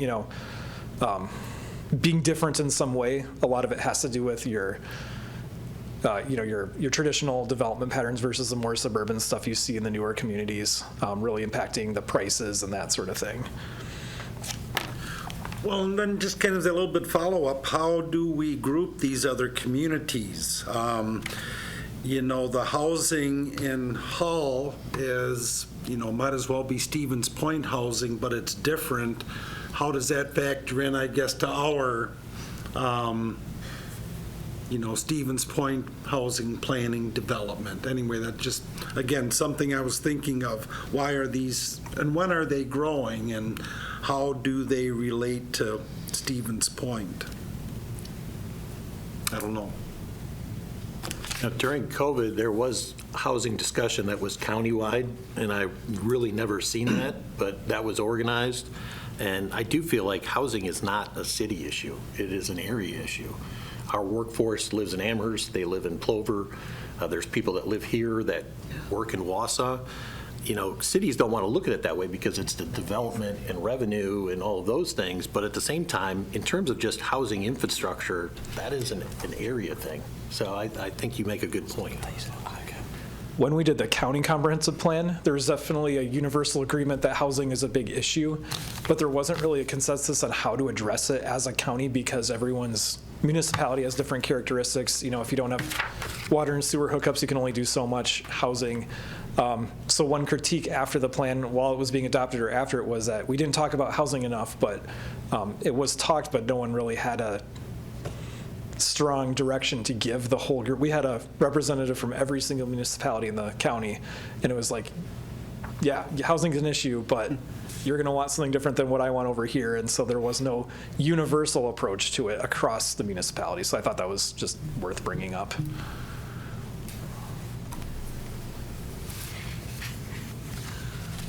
Go ahead. Okay, one thing that's always confused me is statistics and the data. And what does anything ever tell us? And what's the list of things we need to understand to say that we understand the housing situation? And tonight's a good example. Mike has questions about the meaning of some data, and I think from one meeting to the next, someone is going to say, well, what does that really mean, or does that really say what it says, or I understand it differently? And that's half the problem with this, right? So I don't know how to fully invest in a set of information as being what we need to know to understand, because I guess the whole point is you have a background that understands or describes the topic for the city, in this case housing. You're going to draw some conclusions based on what everybody agrees is an accurate description of the housing situation. Then you're going to create some goals and policies to try to address the concerns you have about where you are and where you want to be. And it's difficult. I mean, you can try to agree on a census data source or some other version of data accumulation, and sort of at the end of the day, it's do we know every version of how people want to live and how available their options are to live there, right?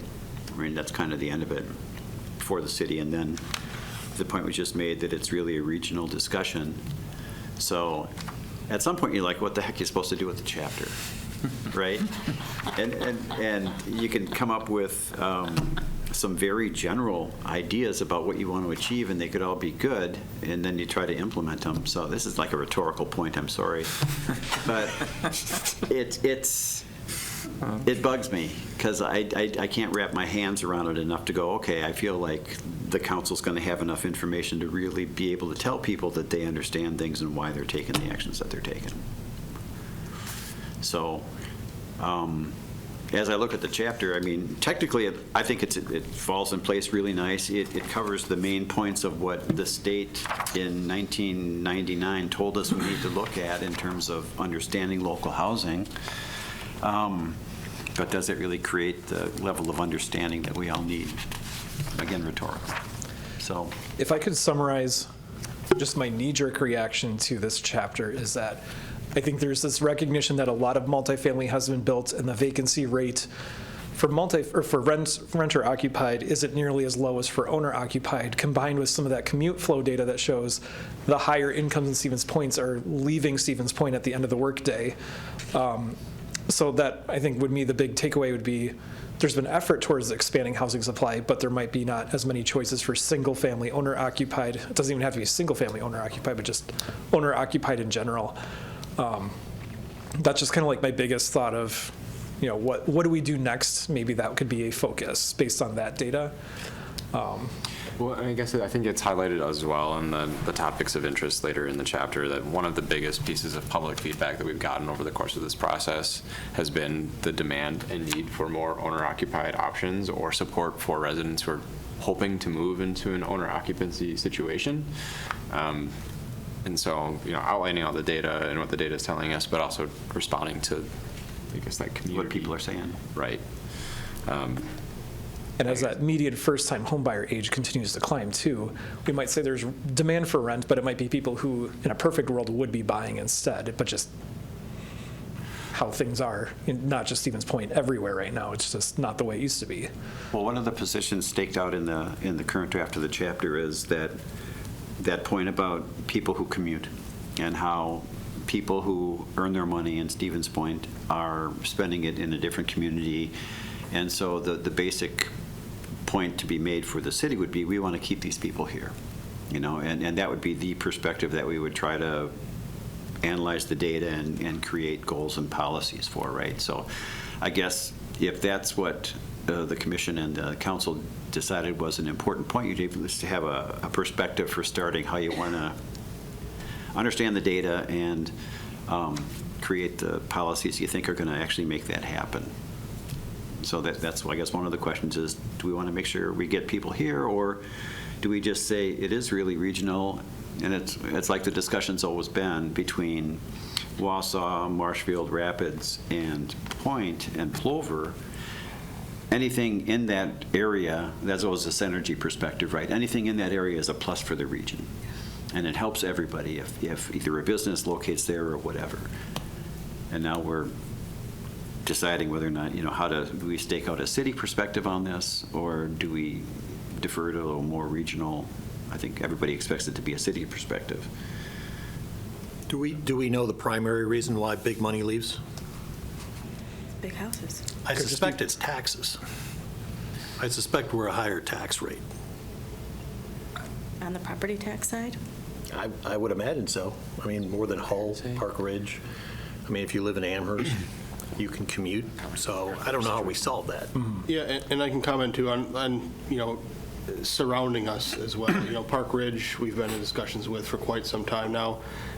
They have a assessment rate that is far below where the state would like it to be. They have aging infrastructure that's going to come due. I mean, there's a lot of liabilities there. So honestly, at a quick glance, I would say with some level of confidence that as they get to where they should be, fixing their roads, proper level assessment, their property taxes are not going to be too far off from the cities. We're also maintaining a level of services that they are not, fire service, building inspection, assessment, things like that. In terms of the surrounding communities, town of Hull, they are going to have lower property taxes as they don't have all of the infrastructure needs that we have. They do not have the level of services that we offer our residents. So it is I think a higher tax situation. You also can get larger lots. I think is it the town of Carson?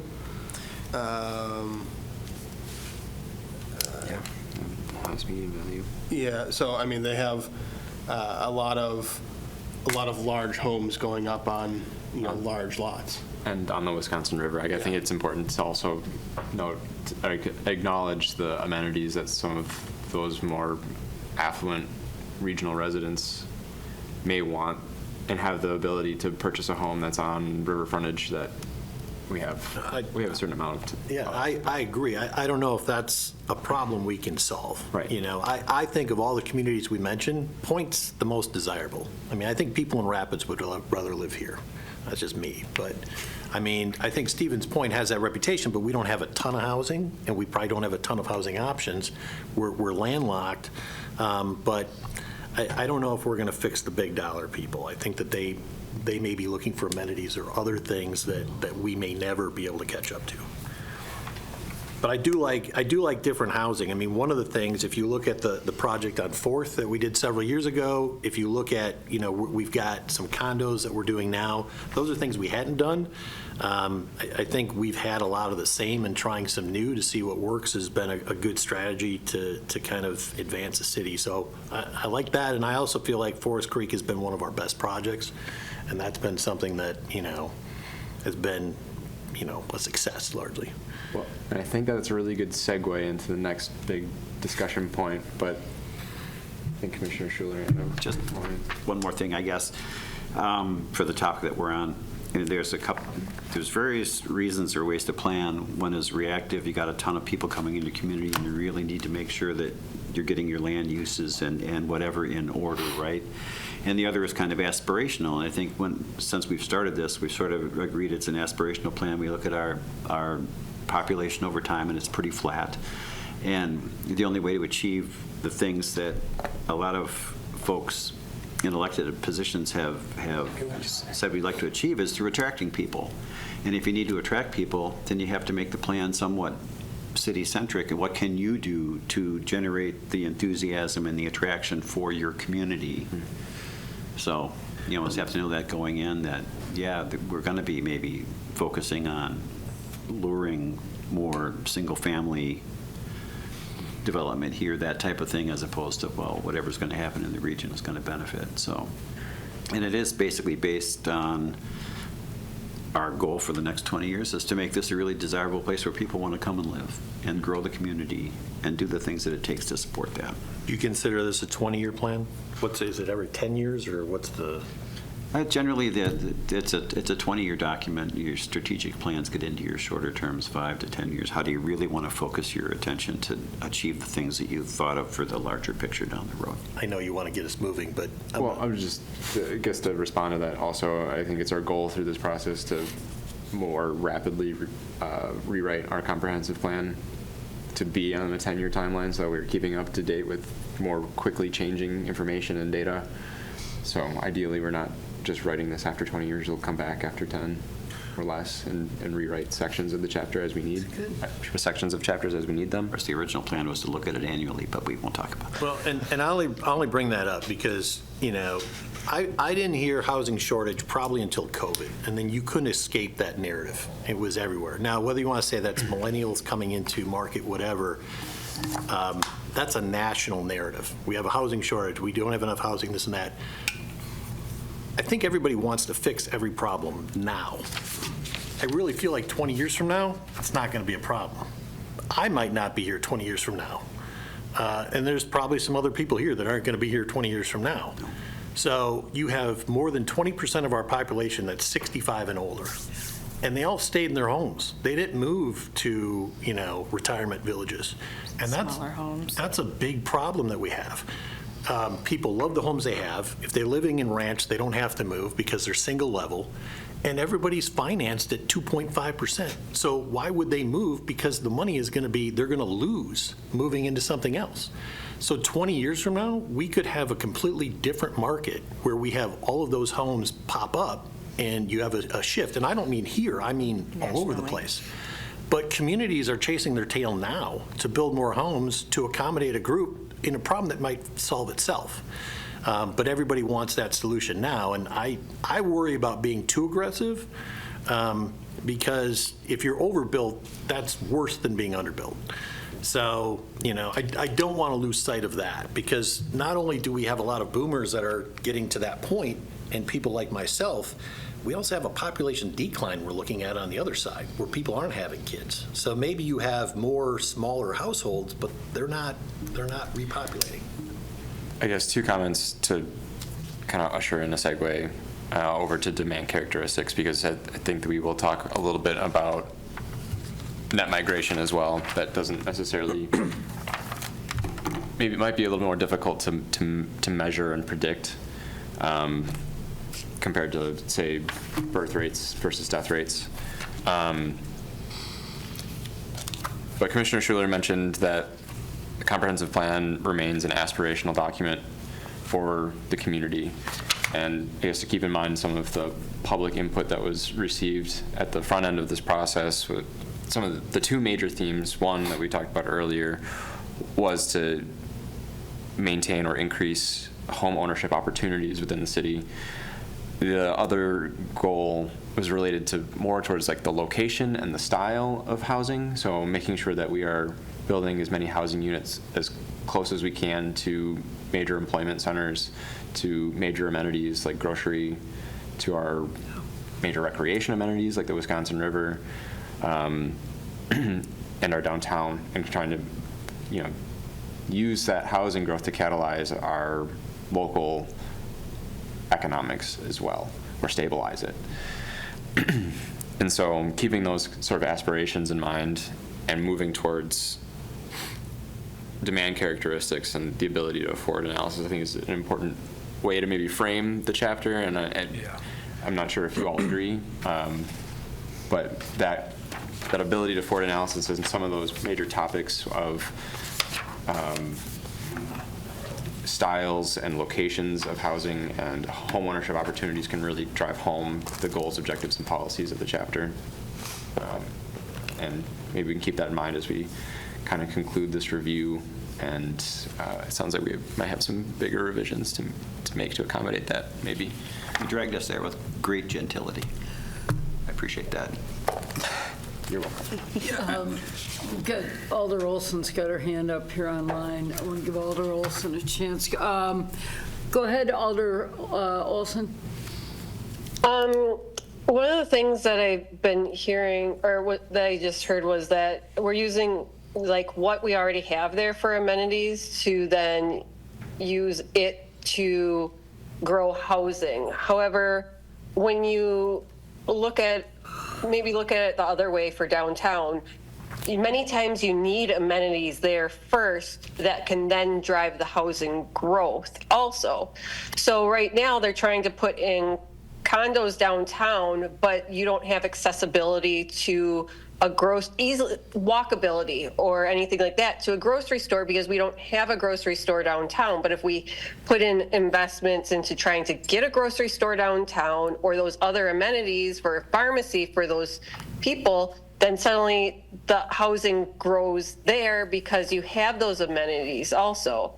And also it said that housing brings jobs, not jobs bring housing. So if we're having an issue with housing, we're going to end up having an issue with jobs. So that's just my thought on those things. Chris, can you speak to the grocer? Thank you. Yeah, as Alder Olson had pointed out, that the current downtown development strategy is to leverage additional housing within an amenity-rich area downtown to help stabilize the market so that a grocery store could be more competitive or more likely to succeed within the downtown market. And that's one of the major reservations that we've had with downtown grocers, is the market for large or medium-sized grocers is too competitive in the city of Stevens Point, and that the city has work to do to make the downtown a more competitive location for a grocery store to survive. And so Alder Olson, I'm not bringing that up to maybe be combative, but to say that both strategies are necessary. Yes, we agree that those amenities, those things like a grocer or pharmacy, are very important for that district to be a very desirable place to live. And also there are some residents or would-be residents that want to live in the downtown that will help us get there. I think when we have options, we've talked about allowing like a corner store in a neighborhood, like there used to be. Way back in the day, I remember going with my grandma when I was 4 or 5 years old, across the street to the little little corner store where she'd go and get whatever little stuff she needed in between. So are zoning changes to allow uses like that we don't allow now might bring someone might want to live upstairs and have a deli downstairs. Who knows? But allowing options and kind of thinking outside the box can work together to create something that'll even grow more, that people find very attractive. If we can't get a big grocery store, maybe we can get a corner market or something with zoning changes and what's allowed in areas. So kind of works together. All right, so moving forward, and we've talked a little bit about improving some of the narrative within the data and homeowner and vacancy rates section in prior. We have made some additional changes in demand characteristics just to acknowledge that we are still continuing to see a state and, I guess, regional population, like steady growth rate.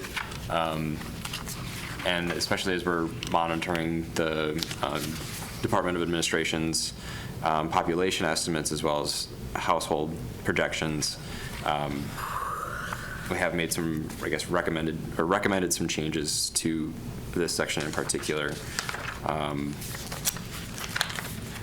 you want me to elaborate since I found out yesterday? Yeah. So yesterday I got a notification that household projections, so DOA does population and household projections a few years after a census. So they did the population projections in '24 based on the 2020 census. They just came out with the household projections, which is what we typically use to drive the housing projections to see, if this many households are coming in, how many units do we need? The projections are, I'll put it this way, the population estimates since 2020 are consistently higher statewide than what the projections are, because the projections are based on 2020 and prior to that, because we've seen more people move into Wisconsin since 2020. It's almost like they're immediately out of date in a lot of people's opinion. I got them yesterday, so I think since it obviously wouldn't be able to make it into the packet, one thing we can do is either cite the Synergy housing study, which lands on that, Portage County demand of 1819 or 1820-ish units by 2040, or I can do some sort of analysis on the new household projections, which I believe to be maybe a bit pessimistic compared to what we're actually experiencing. But this is like hot off the press, so that's kind of the extent of what I have for you guys, and I wish it came out a little earlier. Mm-hmm. Does anyone have any thoughts? How much do we depend on that number? Because some of the points, I do agree. Many of us got divorced over COVID, so that happened. You have different household structures, and there was a migration out of the city. But that said, when you're making policy and it's moving by the day, that's dangerous. So how do you guys navigate that? It's a hard thing for us to, I think when we're making large decisions about citing or making recommendations for, I guess, larger residential projects, I think that's where it really comes into play. But when we are witnessing from a lot of our residential home builders this continued accelerated demand for new housing to come in, that they can barely keep up with the amount of units that are being bought, it's perplexing. It really is. Because on one hand, we have projections that say we should essentially stop building housing at this point, but you've got market demand and market characteristics that don't align with that recommendation whatsoever. And so it is I guess, difficult for us to reconcile that, just to put it bluntly. So I'm worried because if you put it in the report, 10 people are going to quote it tomorrow. Yes. So, it's more, I'm more interested in how they use it when they're engaged. And what I like to do in recent times, because people will take that number and just run with it, we need this exact number of units by this exact date, as if anyone knows exactly what that's going to be. I like to say, as high as, because then it makes it like, okay, it could be, but maybe it's more reasonable to, maybe we'll end up somewhere halfway to there. I think these new household projections that came out, the one thing I noticed is that they projected Plover to do this and Point to kind of do this. And we talk about thinking regionally, well, if Plover needs that much help meeting their target, well, can we step in and absorb some of that? And that's what we're here to discuss, so. And so maybe, I guess, hearing that and discussing that, we see a projection for the village of Plover to continue to accelerate, but maybe some of those residents that, or some of those projections might mean residents that want to live closer to Century Insurance, for example. They're moving to the area and they want to be closer to their place of employment. Maybe a more appropriate place for them to build a new home is closer. And so that is maybe one way that we can review those projections as, again, a regional target, not just as a city only. That our demand isn't necessarily declining if we're seeing both of our municipalities kind of even out. And when I mentioned higher income households, there's like the high income people who are going to build on acreage like that. People are going to do that on their own. They don't really need a whole lot of planning to go in behind that. But if you're thinking more in terms of middle to upper middle class with kids who want to be close to their schools, close to their jobs because they're on the go constantly, that's more what I would consider looking into. And I'm actually curious, because this happens a lot in my northern counties, is maybe we talk to Portage County Business Council or some area employers and ask, how easy is it for someone to accept a job offer and then find what they're looking for? Not just finding housing, period, but finding the type of housing they want. Because a lot of times, especially in the northern counties, it's like people will accept a job and then they just can't find anything. Or anything in their price range, or they take a massive, downsize compared to what they had if they lived in the Fox cities before and they bought 10 years ago. So that's something that I don't know if anyone has any ideas of who we could ask around of, is there a pattern that emerges? I just have a semi-cynical point. You can have an extremely data-driven plan with incredible precision that means not a lot, right? Mm-hmm. And then the opposite of that is a vibe plan, right? What's everybody feeling? and it's almost somewhere in the middle, right? Because through the discussion again tonight, you can look at data 3 different ways and you can undercut or amplify, and everybody's right. And I guess at the end of the day, the goals, objectives, and policies are going to take the public input into consideration when they try to express what they feel about what they need, and bolstered with some sort of understanding of trends in demographics, and come up with general policies for how to address it. And then the important thing becomes the implementation of how often do you recheck, right? So that the general policy points you in a direction, and then the actual work is every other year you're going to have a specific type of meeting to understand what's the absorption rate of what's been built, what's been planned, who's planning it, what are you hearing from employers, what are you hearing from people that move here. I mean, that's the actual work of everyday, I suppose, municipal work is that. And I don't want to get too bogged down in understanding stats and almost engineering level description of a topic. So somewhere in the middle, I think, is the sweet spot for what we need to do. You don't want to have it be just really vague and silly, but on the other hand, you can't invest in certainty on something that you really don't even know if you understand correctly. I guess is my look at it. It's not helpful, but. So in terms of policy direction, then maybe we land somewhere in the realm of, we want to enable the styles of housing that people want. We want to maybe nudge certain styles of housing if they're really a catalyst that, benefits the whole community, has a high return on investment, but we're not going to just go crazy and, hand out incentives like candy to anyone who wants to build. Is that kind of how we want to? I think any good plan obligates staff and elected officials to follow through on what they indicated they thought was right, right? And it's the mechanics, depending, of how you go about it that people will hold you accountable for.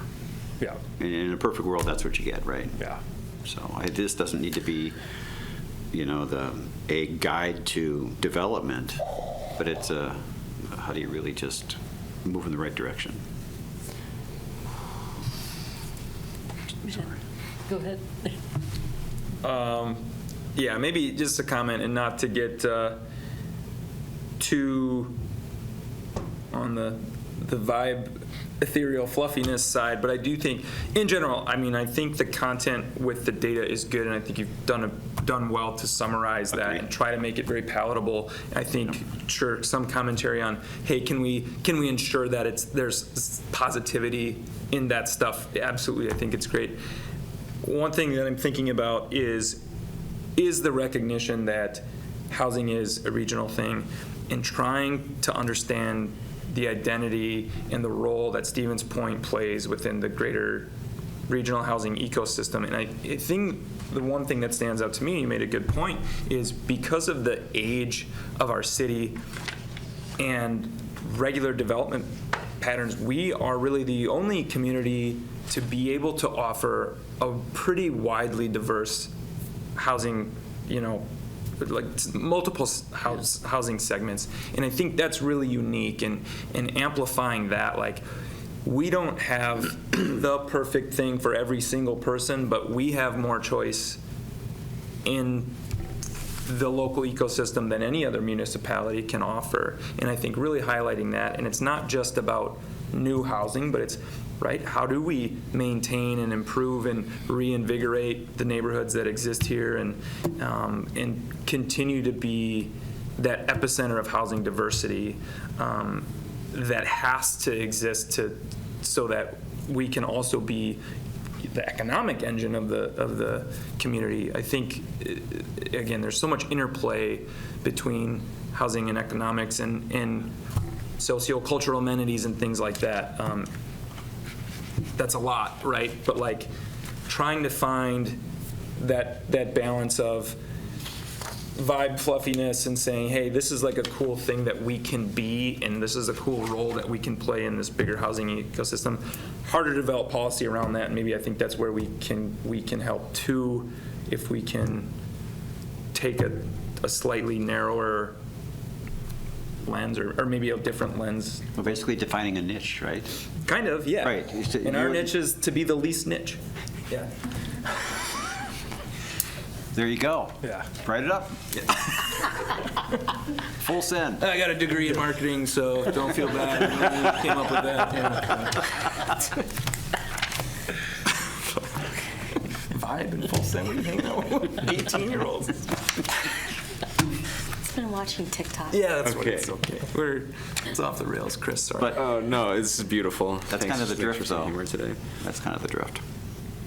So, I guess to summarize this before kind of going through some of the other revisions and changes. Oh, there's stuff you want to talk about. Stuff we wanted to talk about, but I think this has been a lot more interesting and also good guidance. So thank you. But to summarize, there are some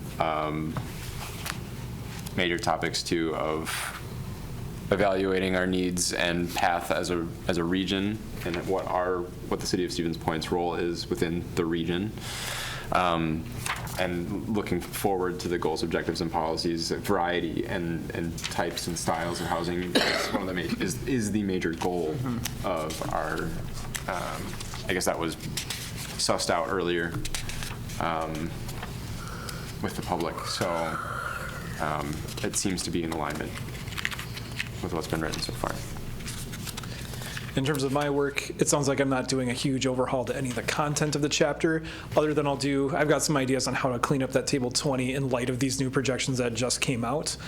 But instead, it's more crafting an additional narrative to what we already have to sort of highlight our strengths and the path we want to continue on. Is that a good way to sum it up? Identifying a unique positioning for the existing environment in the city to take advantage of, I guess, is one way to look at it.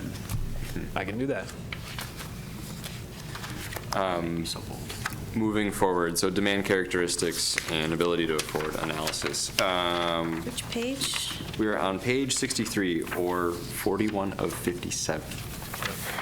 I think we've covered most of this, but I guess Sam alluded to this earlier, that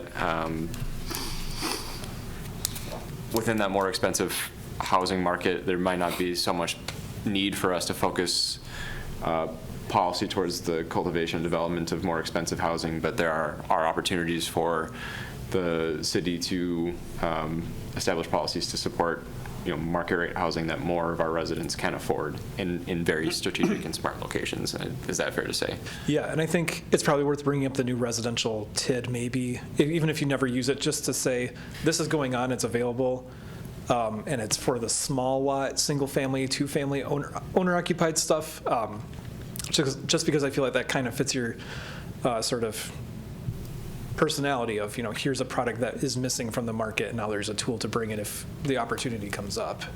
Right. And so if we continue along this trend or focusing in on the uniqueness that the city has to offer, and maybe cultivating tighter knit neighborhoods with smaller lots, the recent legislation that passed that allows for establishment of an additional tax incremental financing district specifically for residential development does have requirements baked in where there is a maximum lot size rather than only a minimum lot size, for example, and that establishes affordability requirements as well. Or yeah, I don't that's remember. Only within the WIDA programs? It's it can be stackable with WIDA programs, I think. The main requirements are the square footage maximums that and the acreage maximums. Sure. And some other smaller things. So I guess theoretically there could be a cost ceiling. You can, but you could put whatever sort of features you want on a house and make it a $3 million home that's 800 square feet if you want. Sure. Regardless of that, there is a mechanism for the city now to support the development of additional single family or mixed use neighborhoods focused on some of those smaller lot sizes, and that is a tool we could begin to utilize now because it is separate from the 12% maximum rule for tax incremental financing districts. Is that like an incentive for utilizing it? It's for infrastructure only to bring down the cost of the units. But the whole goal is that starter homes are missing. We haven't been building them for 50 years. So let's get something that is owner occupied so that someone who otherwise would be stuck renting can maybe get into something. And it also has a workforce development tool to attract more workers as people retire. They might stay in their community and then that house doesn't open up necessarily for the next person taking their old job. Mm-hmm. So that's the goal behind it. And to comment on the WIDA goals or programs, what could be stackable with is the infrastructure access loan, which is a lower interest rate loan for municipalities or developers to have more affordable financing to construct the utilities in the right of way, the road network to make that housing available. And then if that tool is used, then the developer then is obligated to affordability requirements on the housing. And none of it covers land acquisition, so just infrastructure and no structural components either. But that's still big because infrastructure is usually a big barrier for this scale of housing. Right. Alder Olson, go ahead. So would this sort of be like where you could use supportive information, like that you could have the assessor pull for you, which shows that where you have to support density or something, because where you have less expensive homes sitting on smaller lots, overall, they contribute more tax to our tax base than a larger home on a larger lot. And it also then supports like the costs of urban sprawl, which go with some of our other stuff that we've talked about. Yeah, that's interesting because I don't know how many new constructions we could comp that to. There's not stuff already built probably a whole lot in that range because these are fairly small lots. They're 7,500 square feet max, I think. Mm-hmm. So it'd be hard to find a comparison that is a new build to know what exactly they're paying in taxes, but maybe there's a formula that either the assessor or the DOR. That's getting real deep Our in the city weeds. already did a study, or the student did back in 2017, and I know that Corey was talking about possibly doing that again, and then I talked to Steve Shapiro too, and he had some thoughts on that. So the information I find is quite interesting, and it can add a lot of support for different types of developments if we so wish to have that type of support. Okay. Yeah, I think that's something maybe we can reference in, we're talking about focusing in on variety and I guess evaluating progress every so often. That's a marker that we could evaluate. It has been evaluated in the past.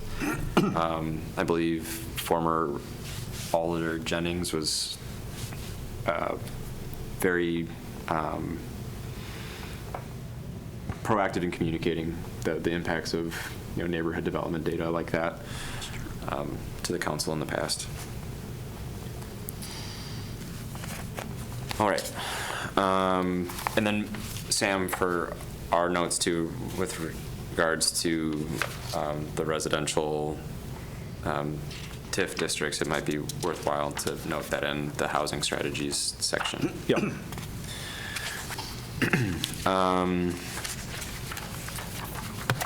There were some comments in this, back to the ability to afford analysis, there were some comments about labeling the tables and figures to make sure that it was communicating clearly, I guess, how to read those tables a little bit easier.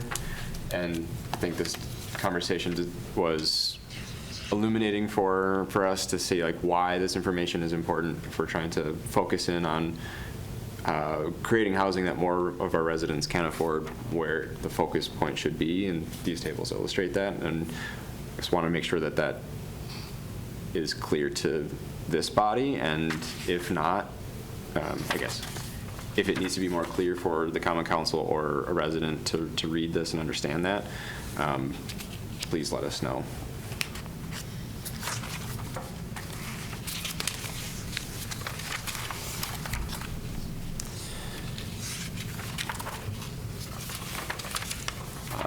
One of the other major additions and discussion points was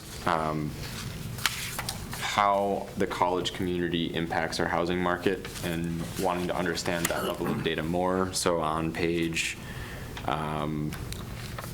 66 through page 69 of the plan, Sam went through and did a really good analysis. I'm wondering if you have any additional notes that you'd want to share with the group, Sam, on those. Otherwise, that information's there for you all.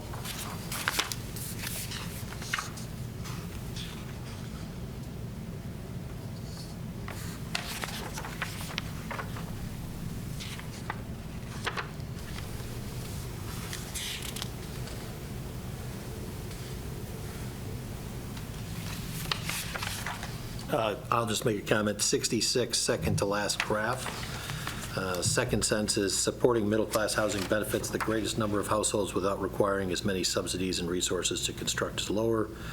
It also allows a large share of existing residents to move up into their ideal home. I thought that was a critical piece, and I was disappointed it didn't really carry later in the document as one of the summaries or some other things. It might be alluded to, but to me that was, I agree with it. I just thought, as far as putting that into our policies, goals, objectives, I didn't see as much of it later on. Okay.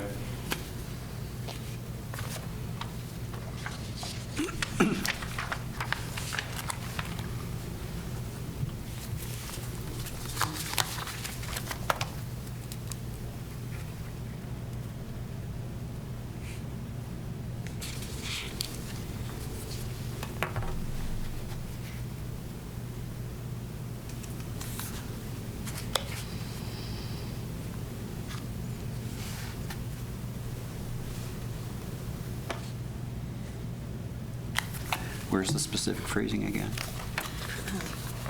66.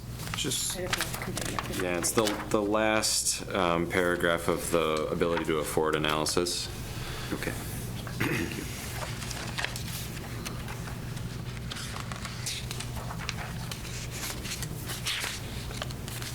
So I want to amplify that somehow further down the road. Yeah, I agree with that. I think that's sound logic. Very good, thank you. I think the summary, page 69, the summary of presumably the chart on 68 and some of the other contextual information there is good. Maybe could be a little bit more robust. Maybe call out specifically, it says, for example, Oshkosh saw an increase in affordability in owner-occupied homes in Eau Claire. I don't know if there's like an easy kind of formatting way or to just say like, hey, look at this number, like this number right here is what I'm talking about. Again, for the average person, just thinking about, again, to make it easy to digest. So less of the parentheses that sort of chop up the sentences and more like a different format? Yeah, either in the sentence. Sometimes like a bulleted list, when having paragraphs like that can really make it easier on the eyes. Sure, or like even a footnote in the table, maybe. If there's a, this is footnote 1 and footnote 2 that you could reference in the text. Okay, I'm basically referencing everything in the table, so.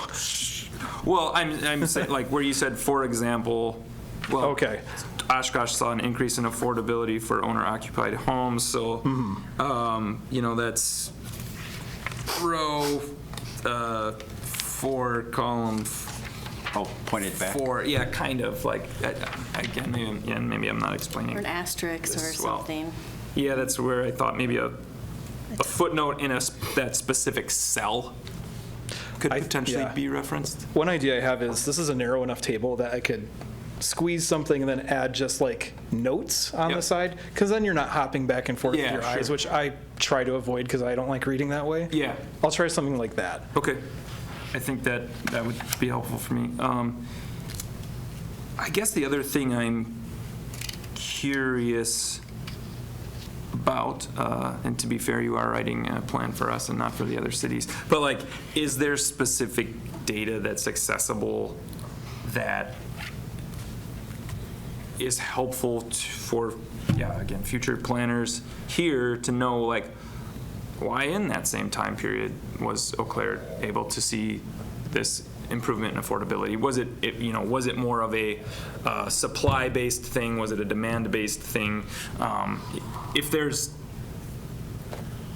low-hanging fruit data to point to, that might be helpful.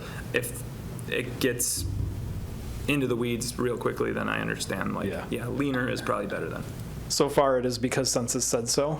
Yeah. But I am wondering if there's like if I can quick pull enrollment numbers, if I can easily find that, then we could compare that to like the housing unit numbers or something. If it's something that takes hours and hours to dig up, I'm probably not going to do it. But that's something that just off the top of my head.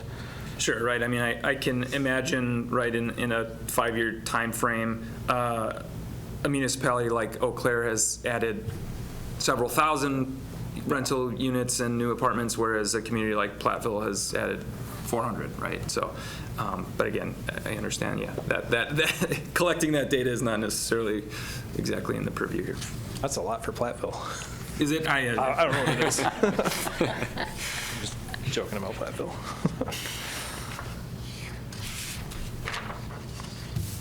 Any other comments about comparisons to other UW campus communities?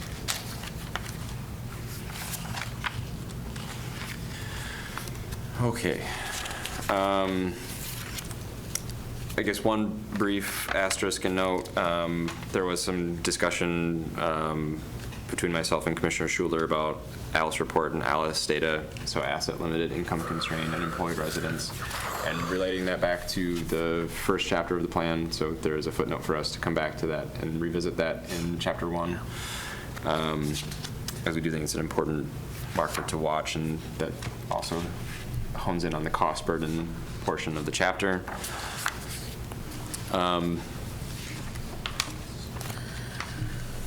In just moving forward as well, the section that was formerly known as issues, a lot of the, I guess, items that were addressed aren't necessarily issues necessarily, but topics of interest for staff to continue to focus on or to work on with residents. So just a quick change there on that. One, there have been a couple of additions, namely in affordability and availability, and how we might be able to leverage some state mandated city level data about our housing affordability report and availability of land, because there is a significant amount of land that is undeveloped, not on the market, that there is some potential for the city to accelerate construction on. Right, that's a very, very realistic thing to happen. I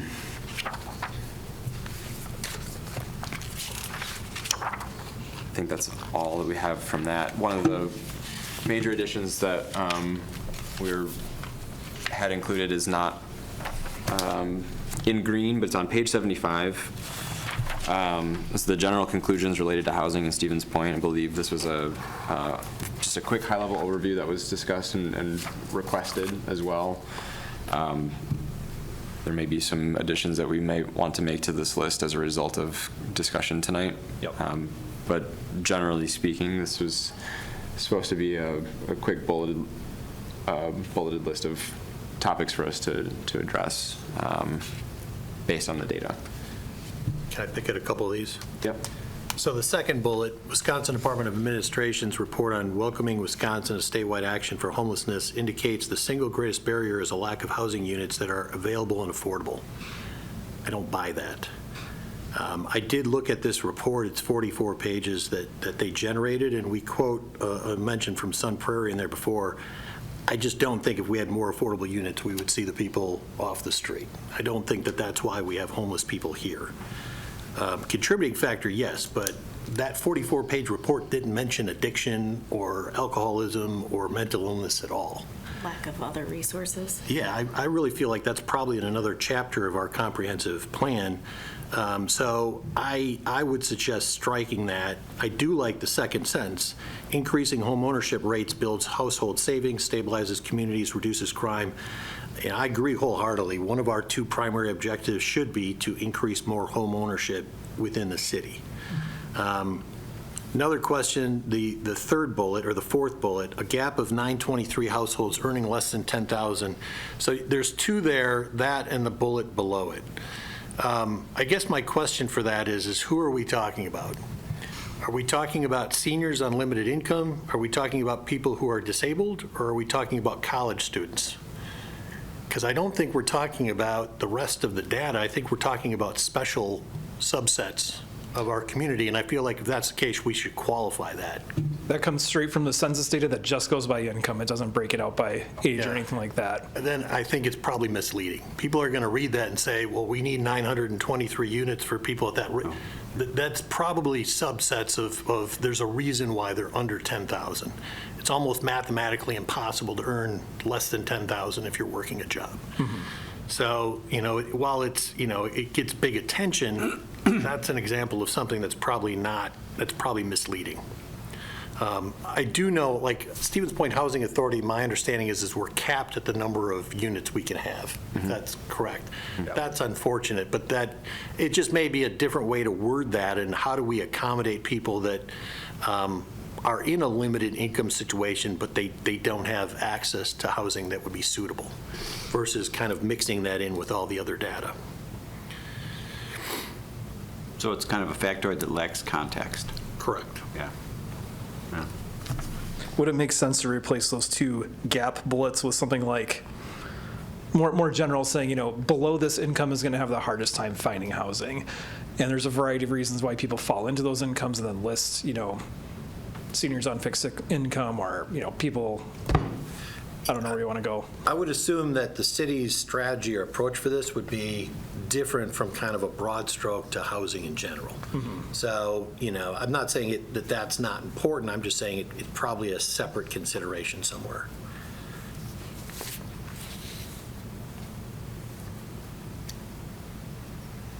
So if Sam made the change he just described, would that still account for the point in general, but make it more broad so that you wouldn't raise the question of, well, who the heck is part of that gap that you're talking about? Well, we know that those subsets are in there, so I don't see any reason we couldn't use those as examples. Okay. It's not going to be all of them because there are probably other subsets. I just think adding a little bit to help clarify that a bit, otherwise it's going to jump off the page. Okay, I think that makes sense. All right, I might need help with that one, wording it and whatnot, but I'll make a note. I got you. Cool. And then do we all universally agree on removing the second bullet altogether? I didn't necessarily think to remove it. I mean, I like the second sentence. I mean, if that report suggests that increasing home ownership rates builds household savings, that's important. Your house is your best wealth generator. But, I mean, it's a report on homelessness, but again, having gone through that report this week, I didn't really see much about homelessness in there. I mean, it was more about just barriers for people on the lower end of the spectrum. Go ahead. I was just going to say that similarly, maybe it lacks some context because for me, it could insinuate that the homelessness that we experience here in our community starts in our community and is a result of the lack of affordable housing, where it's Right. It's all broad, right? It's, right. It's lack of affordable housing in the communities wherever these people came from. Some of them have been living here in Stevens Point or Portage County, but some of them have come here for other reasons because of amenities, or access to other support systems, et cetera. So I think if we're going to keep it, just some more context to highlight that, like, it's not necessarily a result of a shortcoming of our efforts alone, and it's probably also not fixed just by adding them a house. some units. Yeah. That's a great point. Hard to summarize, but a great point. I think one way of summarizing Mike Beacom's recommendation is that the sentence just reads that the Wisconsin Department of Administration's report indicates or notes that increasing home ownership rates, so you just skip that comma section. And this is, I think, important to note that it is consistent with the public theme that increasing home ownership rates is important. Yeah, I think that's fine. So regarding bullets 4 and 5 about the gap of households earning $10,000 or between 50 and 75, is it worth just saying there is a lack of housing for low income or entry level starter home housing? Like, just combine it and maybe lose the hard data? Interesting thing about, I had lunch with a realtor today to pick her brain on this, her, and asked that question, and I said, what's the starting point? 200. I mean, that's the starting point. Which is high for a lot of people. Well, and so I think the problem is it moved, and we can't really insert that unless you're talking about like trailer parks and other things that, small homes, or tiny housing homes. Pricing starting at X number. Or we have an economic collapse, which could create other problems. So, we do have a shortage, but that goal has moved. So helping people get into that higher end, we've got some strategies. The city's got some programs, but it's not like we can create new housing at the 150 mark where a decade ago people would have been comfortable calling it a starter home.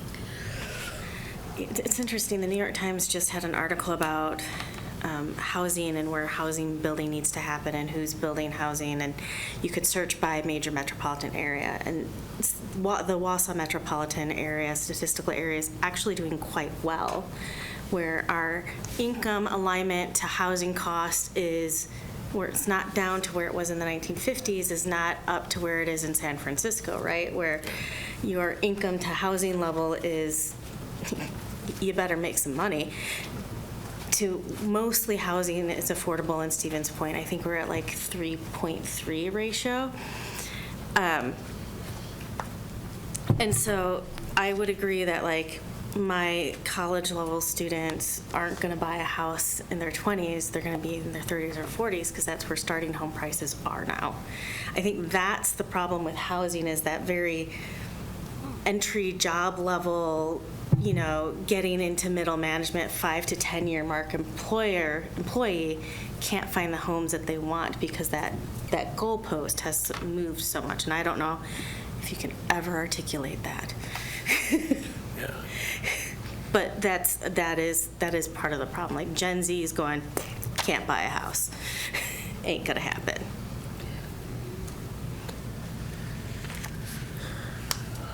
But also the seniors holding on to 5-bedroom homes because it's still cheaper to stay in it is the other barrier. And I get it. Yeah, I think maybe there's some like contextually accurate but less specific language that we could use. And I guess that the data is important to say like, well, this is here and now when we wrote it, but kind of the historical shortfall in housing units that could appropriately be, you know, accommodate the lowest level of income earners and people, you know, at 80% AMI or something like that. That shortfall has created these consequences and will continue to create these consequences, like unless addressed through, you know, appropriate city policy and whatever, and economic activity. So yeah, again, maybe there's like a lot of the stuff we've talked around housing, like maybe there's this balance between hard data here and now, this is a fact, versus this very vague aspirational thing. Yeah, difficult to strike that balance in language, I think.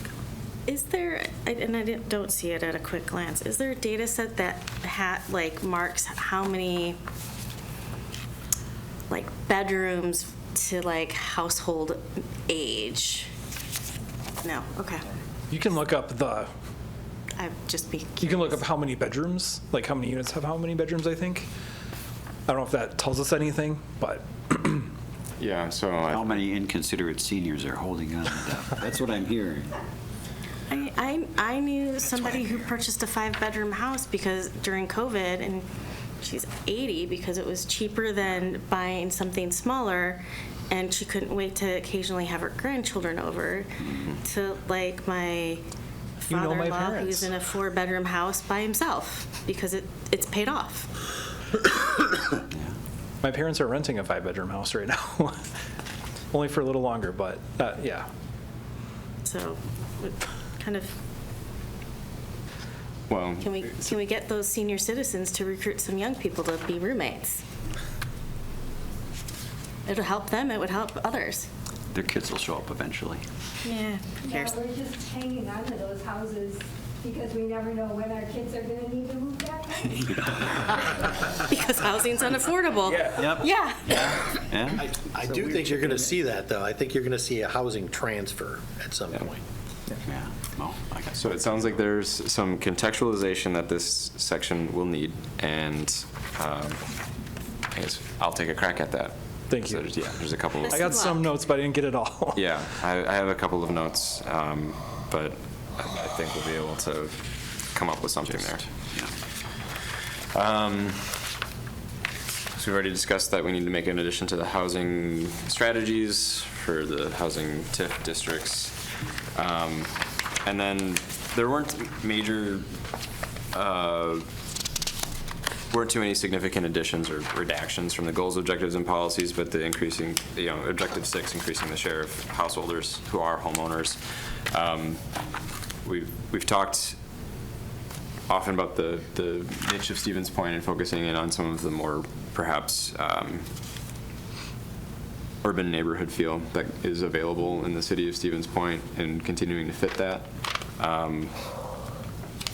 So it sounds like, if I'm recalling the last maybe hour and a half of discussion in the housing chapter, there was maybe some I guess there's some potential to include goals, objectives, and policies, some policies focused around frequent use of data to inform housing decisions at the staff level, continuing to hone in on the niche of the city of Stevens Point within the context of our region. Is there anything else? I had focusing on the prices that benefit the most people, where you're not dumping too much subsidy into it and you're within reach of the greatest share of households, and then you free up that extra housing. It'll be much shorter than what I'm saying right now. But sort of getting at the best bang for your buck from the city's perspective when it comes to targeting development. Perfect. Is it time for just general notes now, or do you want to close this out? No, you're the chair. Go ahead. I just got a couple of things. So one of the things that concerns me recently is if a developer comes in front of us with the affordable housing wrapping around the box, our council takes it every time. Because affordable housing is just too tempting of a term to ignore. And too often, in my opinion, the council never opens the box. Because somebody says a project's affordable housing, it needs to pass the sniff test. And I think that a lot of times what is packaged and sold as affordable housing has no impact on our market at all. It's difficult to have an impact, but we know you can't build for affordable. So we're subsidizing projects. We subsidized Northside Yards for $5.5 million, $2.5 million in tax deferment, $3 million cash. It didn't affect affordable housing at all. And it was mentioned early, but not late. So I feel like one of the things that we need, we've got, the goals and objectives peppered with, providing more affordable housing. The city can't provide more affordable housing. The city can try to make housing more affordable through strategies, but it can't provide more unless it's over-subsidized, which means ultimately that's a tax burden on people that are complaining more about their taxes than ever. I do feel like that's a reminder, is that if the problem is local, the city should get involved to try to fix it. If the problem is national, there's a good chance the city's going to do more harm in trying to fix it than any good to fix it. So what we've seen in the last 5 years has largely been a national issue. It doesn't mean we can't weigh in, but we're not going to solve a national issue here. And so some caution there, because I do feel like we've got a good steady thing going. It doesn't mean we ignore it, but I do feel like we're more affordable than our peers or our good comps. We should try to understand that better and figure out why we've been able to be below Platteville and Oshkosh and other communities. I like the way that this is structured. Credit to the authors. The one thing I'll say about the 2016/17 housing study was people quoted that all the time because it had a whole bunch of stuff in it. So you could cherry pick, this and say, well, according to the study, it says this. And a person on the opposing view could say, yeah, but according to page 52, it says this. It would be good to really boil down. Chris had a couple of key points. I think we agree with those. Home ownership is a priority, not just for a healthy housing market, but you want to keep your talent here. We want to keep the people that leave, UWSP here.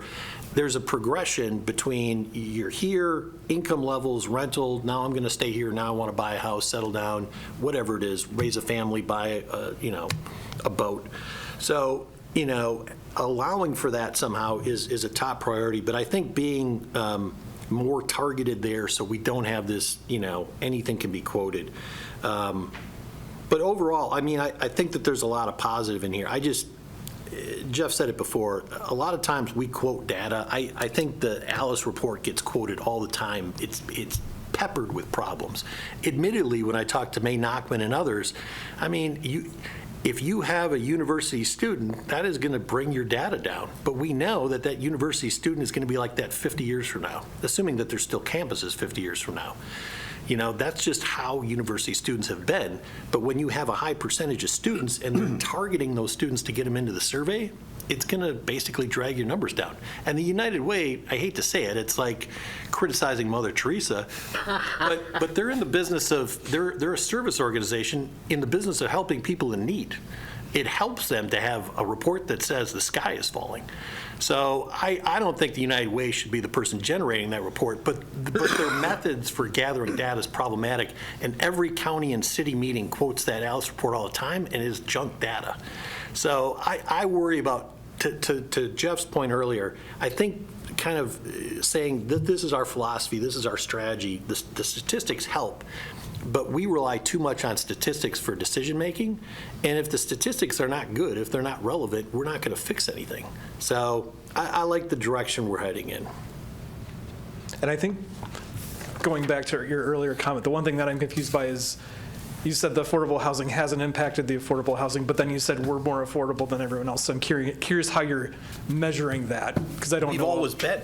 I mean, you know, okay. I have a feeling that Stephen's Point just had a larger gap to clear up. So when you came through COVID and housing was on the tip of everybody's tongue, we just had a bigger way to go to catch up. Everybody caught up.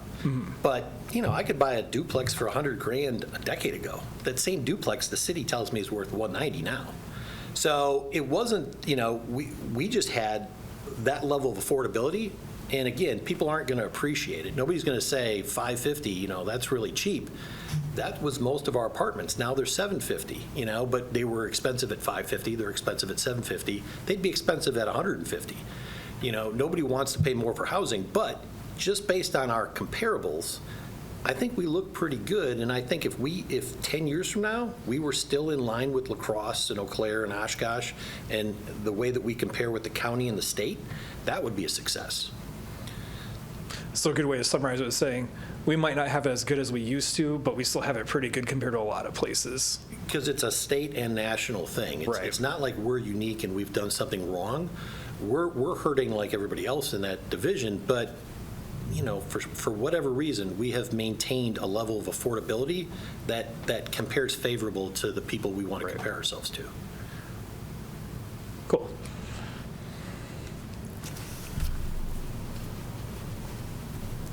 Any other comments? Yes. Commissioner Schuler? Yes. I just had a comment about, it's on page 78, it is objective number 5 under goal 1. It says abate housing insecurity. That sort of implies that by having that the city is actually going to abate it. I mean, they can support the abatement of housing insecurity and homelessness, but you're not going to abate it yourself. So that is, I think it's too prescriptive for that. Didn't that one come from you? It did. It wasn't my edit. Yeah, I don't think that was. Right. I'll go back and watch the meeting notes, but we can please change, do. We can change. That guy was nuts. We can change What the hell was he thinking? We can change the So support the abatement is better? Pardon me? You want support the abatement instead of abate? Use your best professional judgment, but just I'll go don't with make that. us do it. Do you have any more? Oh, God, no. Okay, I have 2 comments to add to the goals, objectives, and policy. Under Objective 3, Policy 2, support aged in place, ADA accessible design, or universal design. Yeah, that's the same thing. No, it's basically. not. Sorry, I'm an interior designer. I do this. Yeah, Okay, they please, are I not wanna the learn. same. I wanna learn. And as a matter of fact, the ADA as a building reference hasn't been updated since the early 2000s. Okay. So it's not really a great reference for people who need things. And when you think of a universal design, the clearances are wider. It's a little bit more flexible in some ways because like somebody who's 6'4" might want a much taller toilet than me who's 5'1", or a shorter or taller counter. So there's some flexibility within universal design, whereas ADA says, all right, you have to be between this or this. Got it. So just to promote both is a little, is a little different.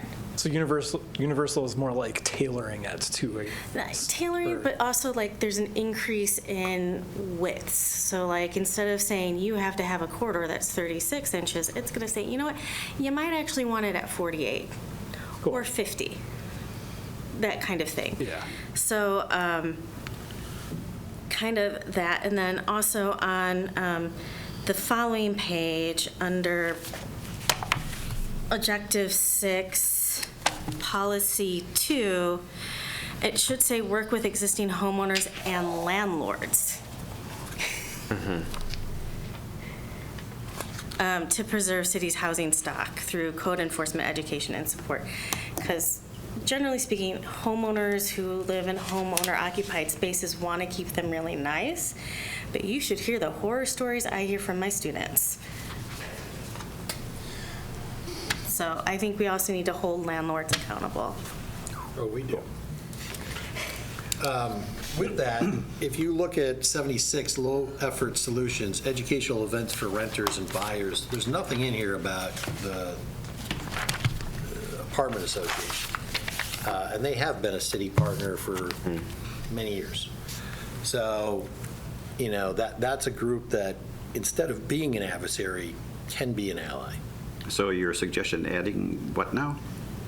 Well, just the idea of having education events, you know, that's something where you'd want to engage a partner. So I've done that, you know, SPPD and the university and landlords will visit with college students moving off campus for the first time, just to educate them on, you know, how to be a good neighbor, what's expected, what your rights are. Yeah. How to be a good apartment rentee. How you know when you're getting taken advantage of, yeah. So, any additions to that bullet? I don't know if you have to add it to the bullet, but just a suggestion that there are partners that you could work with. Okay. I think there was I'm looking for it right now. I think there was a reference to working with landlords as well earlier or in an earlier draft. I'll scan that again. Okay, that's all I have. Thank you. Thanks. Anything else? Comments? Go ahead, Chrissy. I know we're all tired. I'm mostly hungry. Sit still. I was at a meeting yesterday, and somebody told me that whenever you address an issue, there's 3 questions. What? So what? And what now?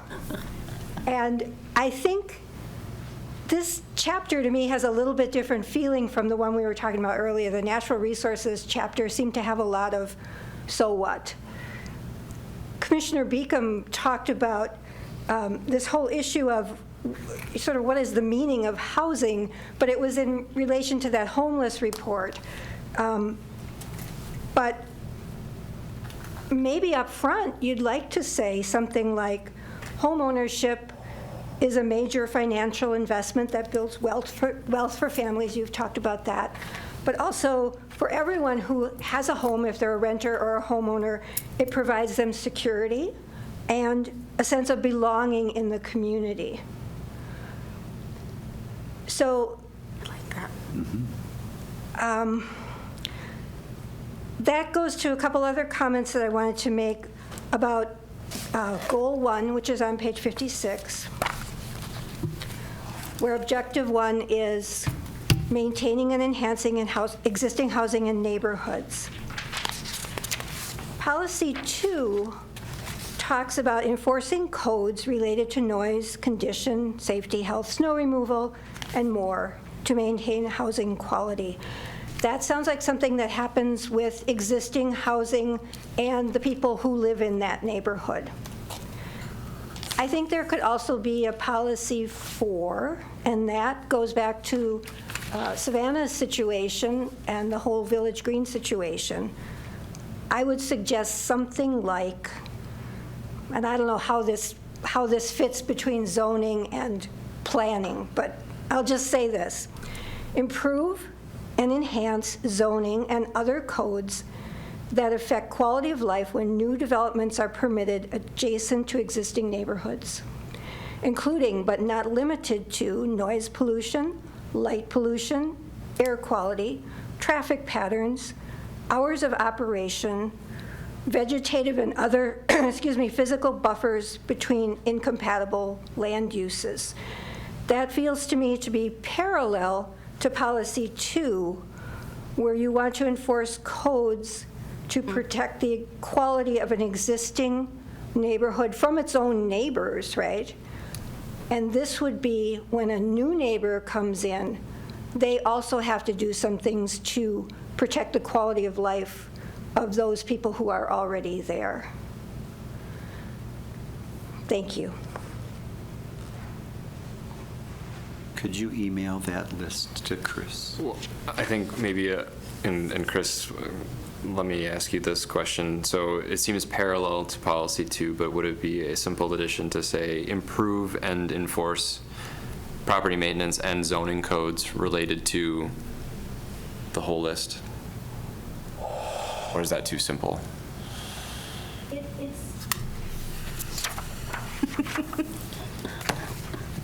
I think a new policy would take it away from housing quality to just community environment. I mean, that's what you're getting at, right? Yeah, I mean, it seemed to me that the neighbors had a number of concerns that I thought were legitimate.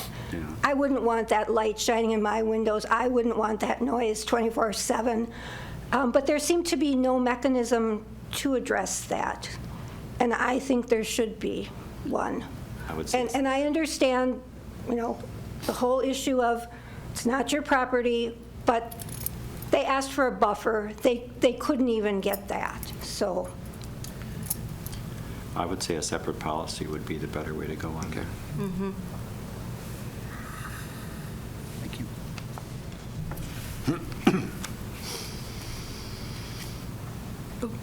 Alder Olson, go ahead. I think what she was just saying also goes towards a lot of other things that we've heard and talked about, because if you live around Gerke Field with the loudspeakers and everything going into people's backyards, and yes, they bought a house and knowing where the speaker system was and all that stuff, but then stuff changes, speakers move, so then there still is that newfound loudness at night. If anything gets updated many times, other people are impacted. So it's just something to keep in mind. And then we do have the people that were already concerned about new developments, and we're always going to have people concerned about new developments with what's going to happen in the industrial park, possibly with the new Nexus Center. There's going to be people there concerned about smoke coming into their yards during training. So it is always something that we should keep in mind with noise and smells and all of that when we are doing the developments and everything like that. So their situation wasn't a one-off one. It's something that'll always be ongoing. Great, thank you. Anything else? So, 9/11, we can be adjourned. Videos of these meetings are available for viewing on the city's website, stevenspoint.com/videos.